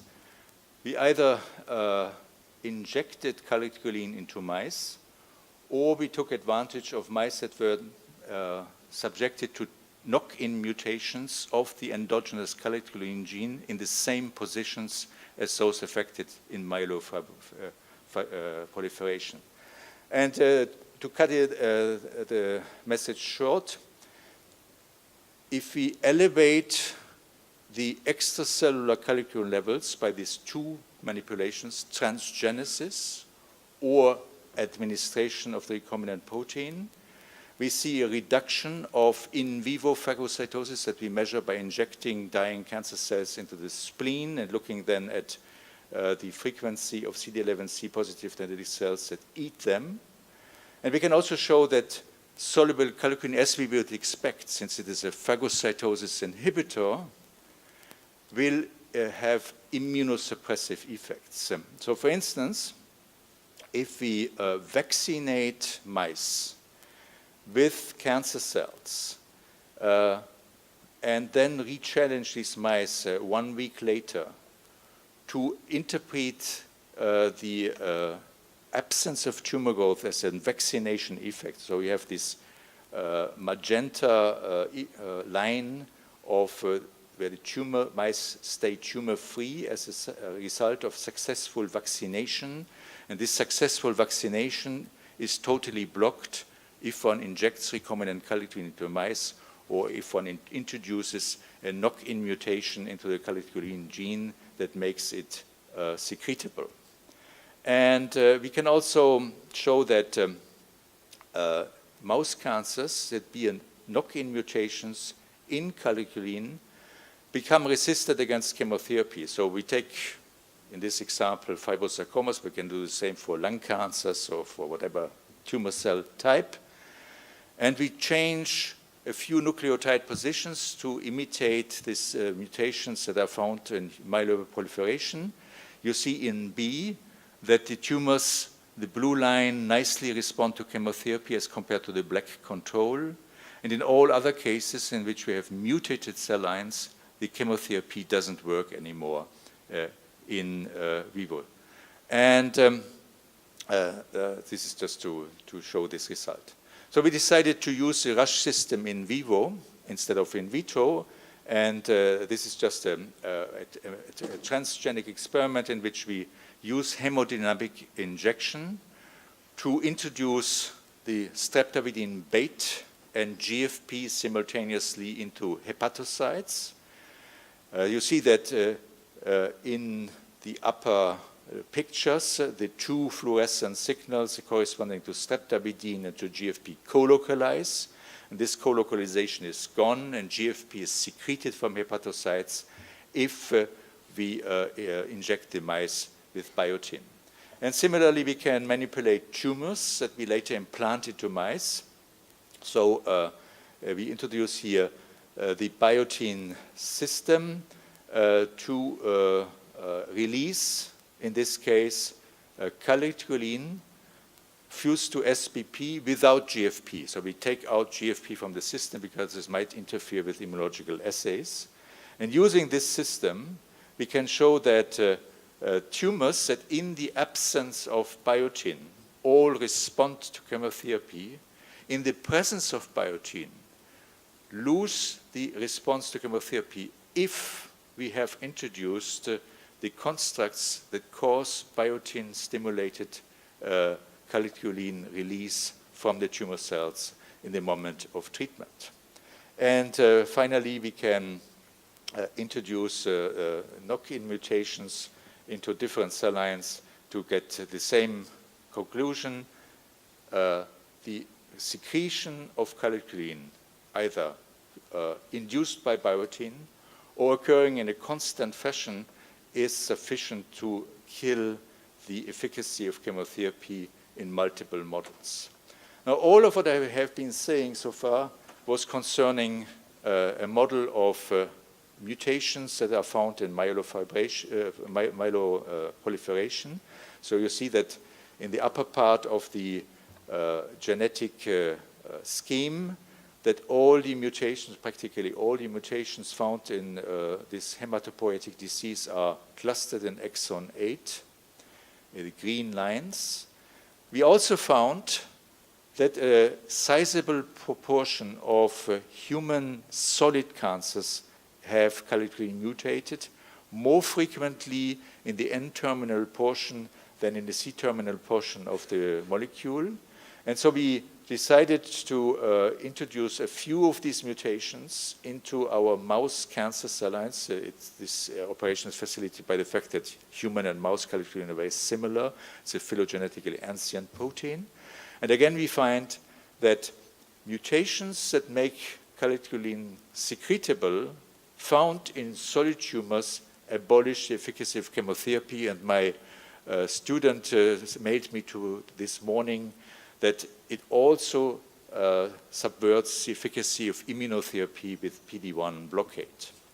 So one can conclude from this part of my talk that we have designed a chemical genetic system that allows to explore the subcellular trafficking of proteins, including oncogene-encoded proteins, that one can use it successfully to predict the behavior of such proteins in vitro and in vivo.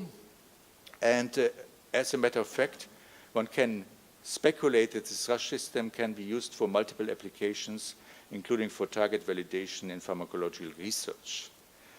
And with respect to calligreen physiology, it appears that pathogenic exon 9 calligreen mutations do not only have cell autonomous but also immunological effects, blocking the phagocytosis of stressed and dying cancer cells by dendritic cells, and hence subverting the immunosurveillance systems. And so they exemplify a case in which the same protein can be a cell-autonomous oncogene and an immunosuppressive agent acting outside of the cell. So I come back to the scheme that you have already seen, and I just would like to use for a moment the properties of the system that we attempt to understand in some detail with respect to the identification of new inducers of immunogenic cell death. So you have to know that we can measure the changes that are occurring in cells in cellular assays, and you also have to know that there is a collaboration between immunogenic cell death inducers and PD-1 and PD-L1 blockade, meaning that if we first treat an animal or a patient, and there are now examples in the clinics that I will come to in a second, with an immunogenic cell death inducer, and then kick in with an agent that blocks the PD-1, PD-L1 interaction, we have a synergistic interaction. So we showed this first some 3 years ago in a paper published in Immunity, giving rise to the design of thousands of clinical trials in which PD-1 or PD-L1 blockers are combined with chemotherapy and radiotherapy in all different combinations that you can imagine. And maybe it is not a surprise that the combination of cisplatin and PD-1 blockade has strepitously failed, but cisplatin is a non-immunogenic cell death inducer. It is unable to stimulate the immune response. And that there are other examples in which there has been a positive combination effect. For instance, there has been the so-called tonic trial in the Netherlands to understand which would be the best kind of chemotherapy to precede PD-1 blockade for the treatment of triple-negative breast cancer, and the winner was clearly doxorubicin as an immunogenic cell death inducer. Recently, we have witnessed the approval of a combination of a PD-L1 blockade and paclitaxel that is enhanced in its efficacy by conjugation technology. And this is another example of an immunogenic cell death inducer combined with checkpoint therapy. And there's also the example of radiotherapy that has been successfully combined with, this case, CTLA-4 blockade in a regimen in which the best biomarker for predicting the efficacy of the outcome was the appearance of type 1 interferon in the plasma of the patients. So we decided to use all the information that we had accumulated in our laboratory on the properties of immunogenic cell death inducers to look for new ICD inducers for the sensitization to immune checkpoint inhibitors. And we looked for in a library of tyrosine kinase inhibitors because we had created a precedent in the past showing that imatinib, which is one of the first massively used tyrosine kinase inhibitors, is actually also having off-target effects on the immune system and stimulates the crosstalk between dendritic cells and NK cells, and actually you can use information on the NK activation state to predict the response to gastrointestinal stromal tumors of gastrointestinal tumors to imatinib treatment. So we introduced a library of TKI inhibitors that we got from GSK into our cell biology platform, which is the largest of this kind for phenotypic screening experiments in European academia. And we feed this platform with biosensor cell lines that measure all the parameters of immunogenic cell death, including autophagy required for ATP secretion, endoplasmic reticulum stress required for calcium exposure, and the release of dumps such as HMG1, annexin A1, and type 1 interferons.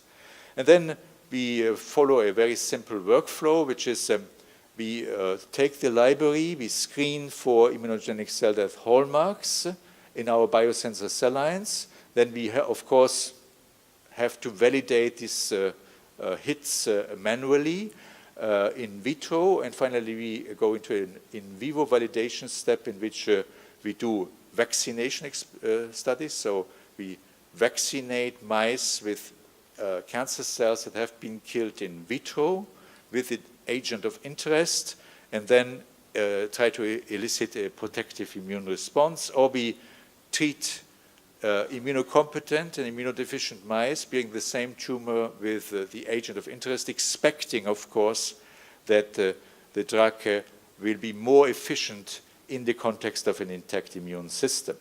And so we did this screen twice, once on the commercial library from GSK, once on our own library, handmade, and came to the conclusion that one of the best hits was crizotinib, which is a drug that is FDA approved for the treatment of non-small cell lung cancers that bear mutations or translocations activating the oncogenic kinases ALK or ROS1.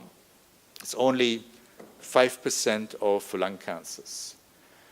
And now, what we observed is that crizotinib is active at a concentration about 10 micromolar, which is way higher than it is used in traditional pharmacology, and that crizotinib actually induces immunogenic cell death in cancer cells that bear none of these translocations or ROS-activating mutations. So it must be considered as an off-target effect. And actually, it is the combined inhibition. It's a multi-kinase inhibitor scheme of ALK, JAK2, MET, and ROS1 that accounts for this effect. And it's important to note that 10 micromolar of crizotinib can be easily achieved in mice for months without side effects. So this is just to show that crizotinib is quite efficient, especially if it's combined with cisplatin, which usually does not induce immunogenic cell death. We can create cancer vaccines that protect mice against tumors and that don't work if the mouse cells have been, the mouse cancer cells have been manipulated to lack annexin A1 or lack HMTB1, or calcium has been neutralized by antibodies, or ATP has been destroyed by apirase. In all these cases, the vaccine that we generate by crizotinib with cisplatin is failing to confer protective immune responses, indicating that it's indeed immunogenic cell death induced. And so we took crizotinib and cisplatin as a combination therapy for treating the notoriously difficult Tyler-Jacks model of KRAS-induced P53 knockout stimulated lung cancers that can be reduced significantly by the combination treatment. We used the same combination for treating urethane-induced lung cancers and obtained quite spectacular combination effects that are accompanied by an increase of the immune-infiltrating tumor. So these are difficult models and they work. And we finally moved to an autotopic model of transplantable TS1 lung cancers, in which we could show that the combination of crizotinib and cisplatin given when the tumors are radiologically detectable. So the cancer cells are transfected with luciferase. We can measure the colonization of the lung by chemoluminescence. And we only treat the mice when they have a detectable tumor. So usually this is, of course, leading to rapid death in a few weeks. But the combination of crizotinib and cisplatin can cure 35% of the mice. And this cure rate is never seen in mice that lack T cells. So it's a T-dependent immunotherapy that is yielding a situation in which those mice that have been cured from TS1 cancers, TC1 cancers, are refractory to the inoculation of live tumor cells under the skin. So they have a systemic immune response that stays there for at least 120 days. And if we perform RNA-seq on the immune infiltrate of the tumors treated with the combination of crizotinib and cisplatin, you see a spectacular activation of T cell responses based on RNA-seq and bioinformatic analysis.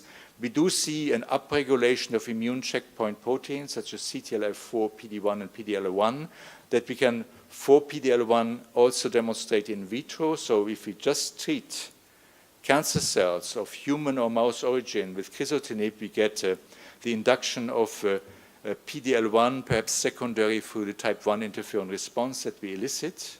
And we can show that the combination of crizotinib and cisplatin renders mice exquisitely sensitive to the inhibition of the immune checkpoint PD-1. So it causes sensitization of immune checkpoint blockade. And so in many experiments in which we combined crizotinib and cisplatin with PD-1 blockade, we obtained up to 80 or 90% of cure rate for established lung cancer. So you see here in the panel number H, the blue line starts at the bottom, so all mice had a tumor, 0 mice were tumor-free.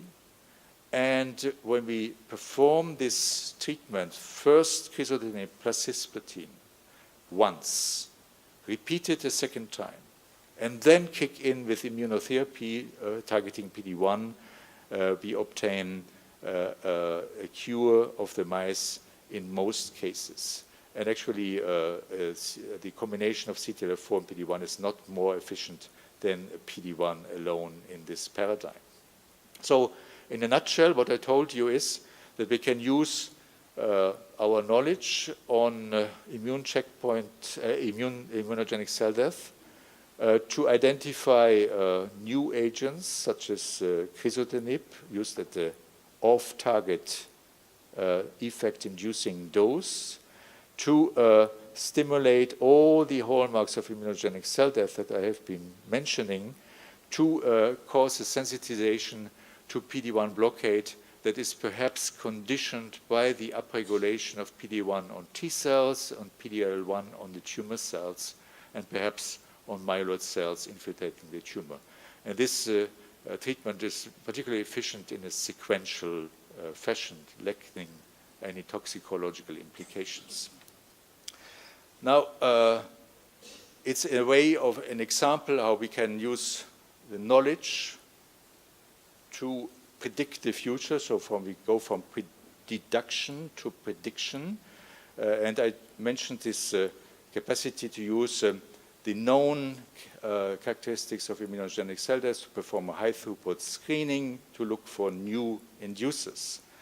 And we recently introduced a new variable in this workflow, which is to look at the physicochemical properties of the drugs to predict their capacity to induce immunogenic cell death. So what we did basically is we studied relatively small libraries of chemotherapeutic agents for the induction of all imaginable cell stress pathways. So we measure ER stress, lysosomal stress, mitochondrial stress, DNA damage, translation, transcription, cell death parameters, Cas-space occlusion, whatever you can imagine. We have like 20 different assays. And then we correlate these changes with immunogenic cell death, but also with the physicochemical parameters that are known for each drug. So there are at least 250 physicochemical parameters that are available from public databases on each compound. It's lipophilicity, it's the polarity, multiple parameters that only pharmacologists will understand.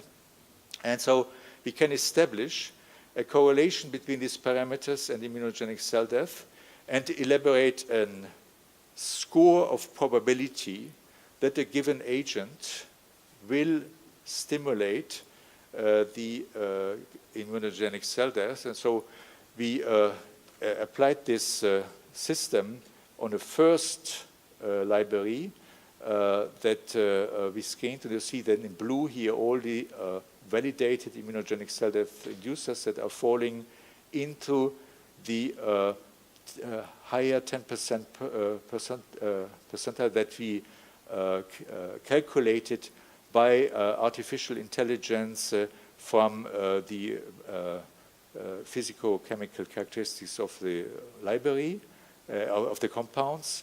And you see for another library that was screened independently, it's a validation set that the predictive score is actually yielding useful results. And so the new approach for identifying immunogenic cell death inducers will involve a filter of the molecular properties using artificial intelligence, then only a screen of the biological properties and the final validation step. And so with this general consideration, I would like to stop here, just mentioning a few people from my laboratory who furnished unpublished results, in particular Li-Wei Zhao and Liu Peng, who have been working on the calculin rush system, and Oliver Kapp and Alain Sauvat, who are running the artificial intelligence unit in my laboratory. And of course, there are many, many collaborations that have been going on over the last years, in particular, and I mentioned this year with Mauro Piacentini, with whom we have been very successful in eliciting stress in different cells for therapeutic purposes. So thank you for your attention.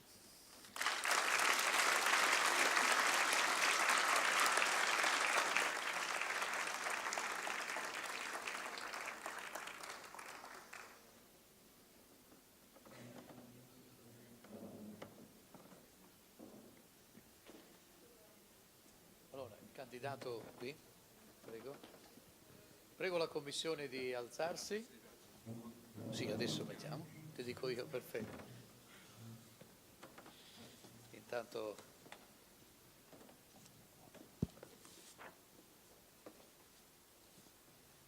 grazie.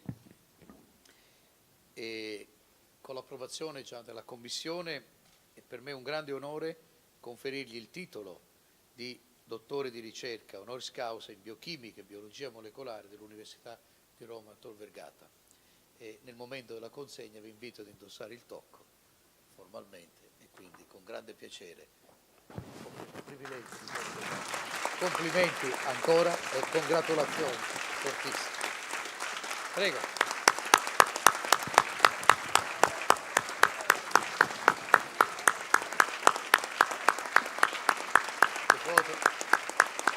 Grazie per essere qui oggi, grazie davvero. Bene, la cerimonia è conclusa e possiamo andare. Grazie.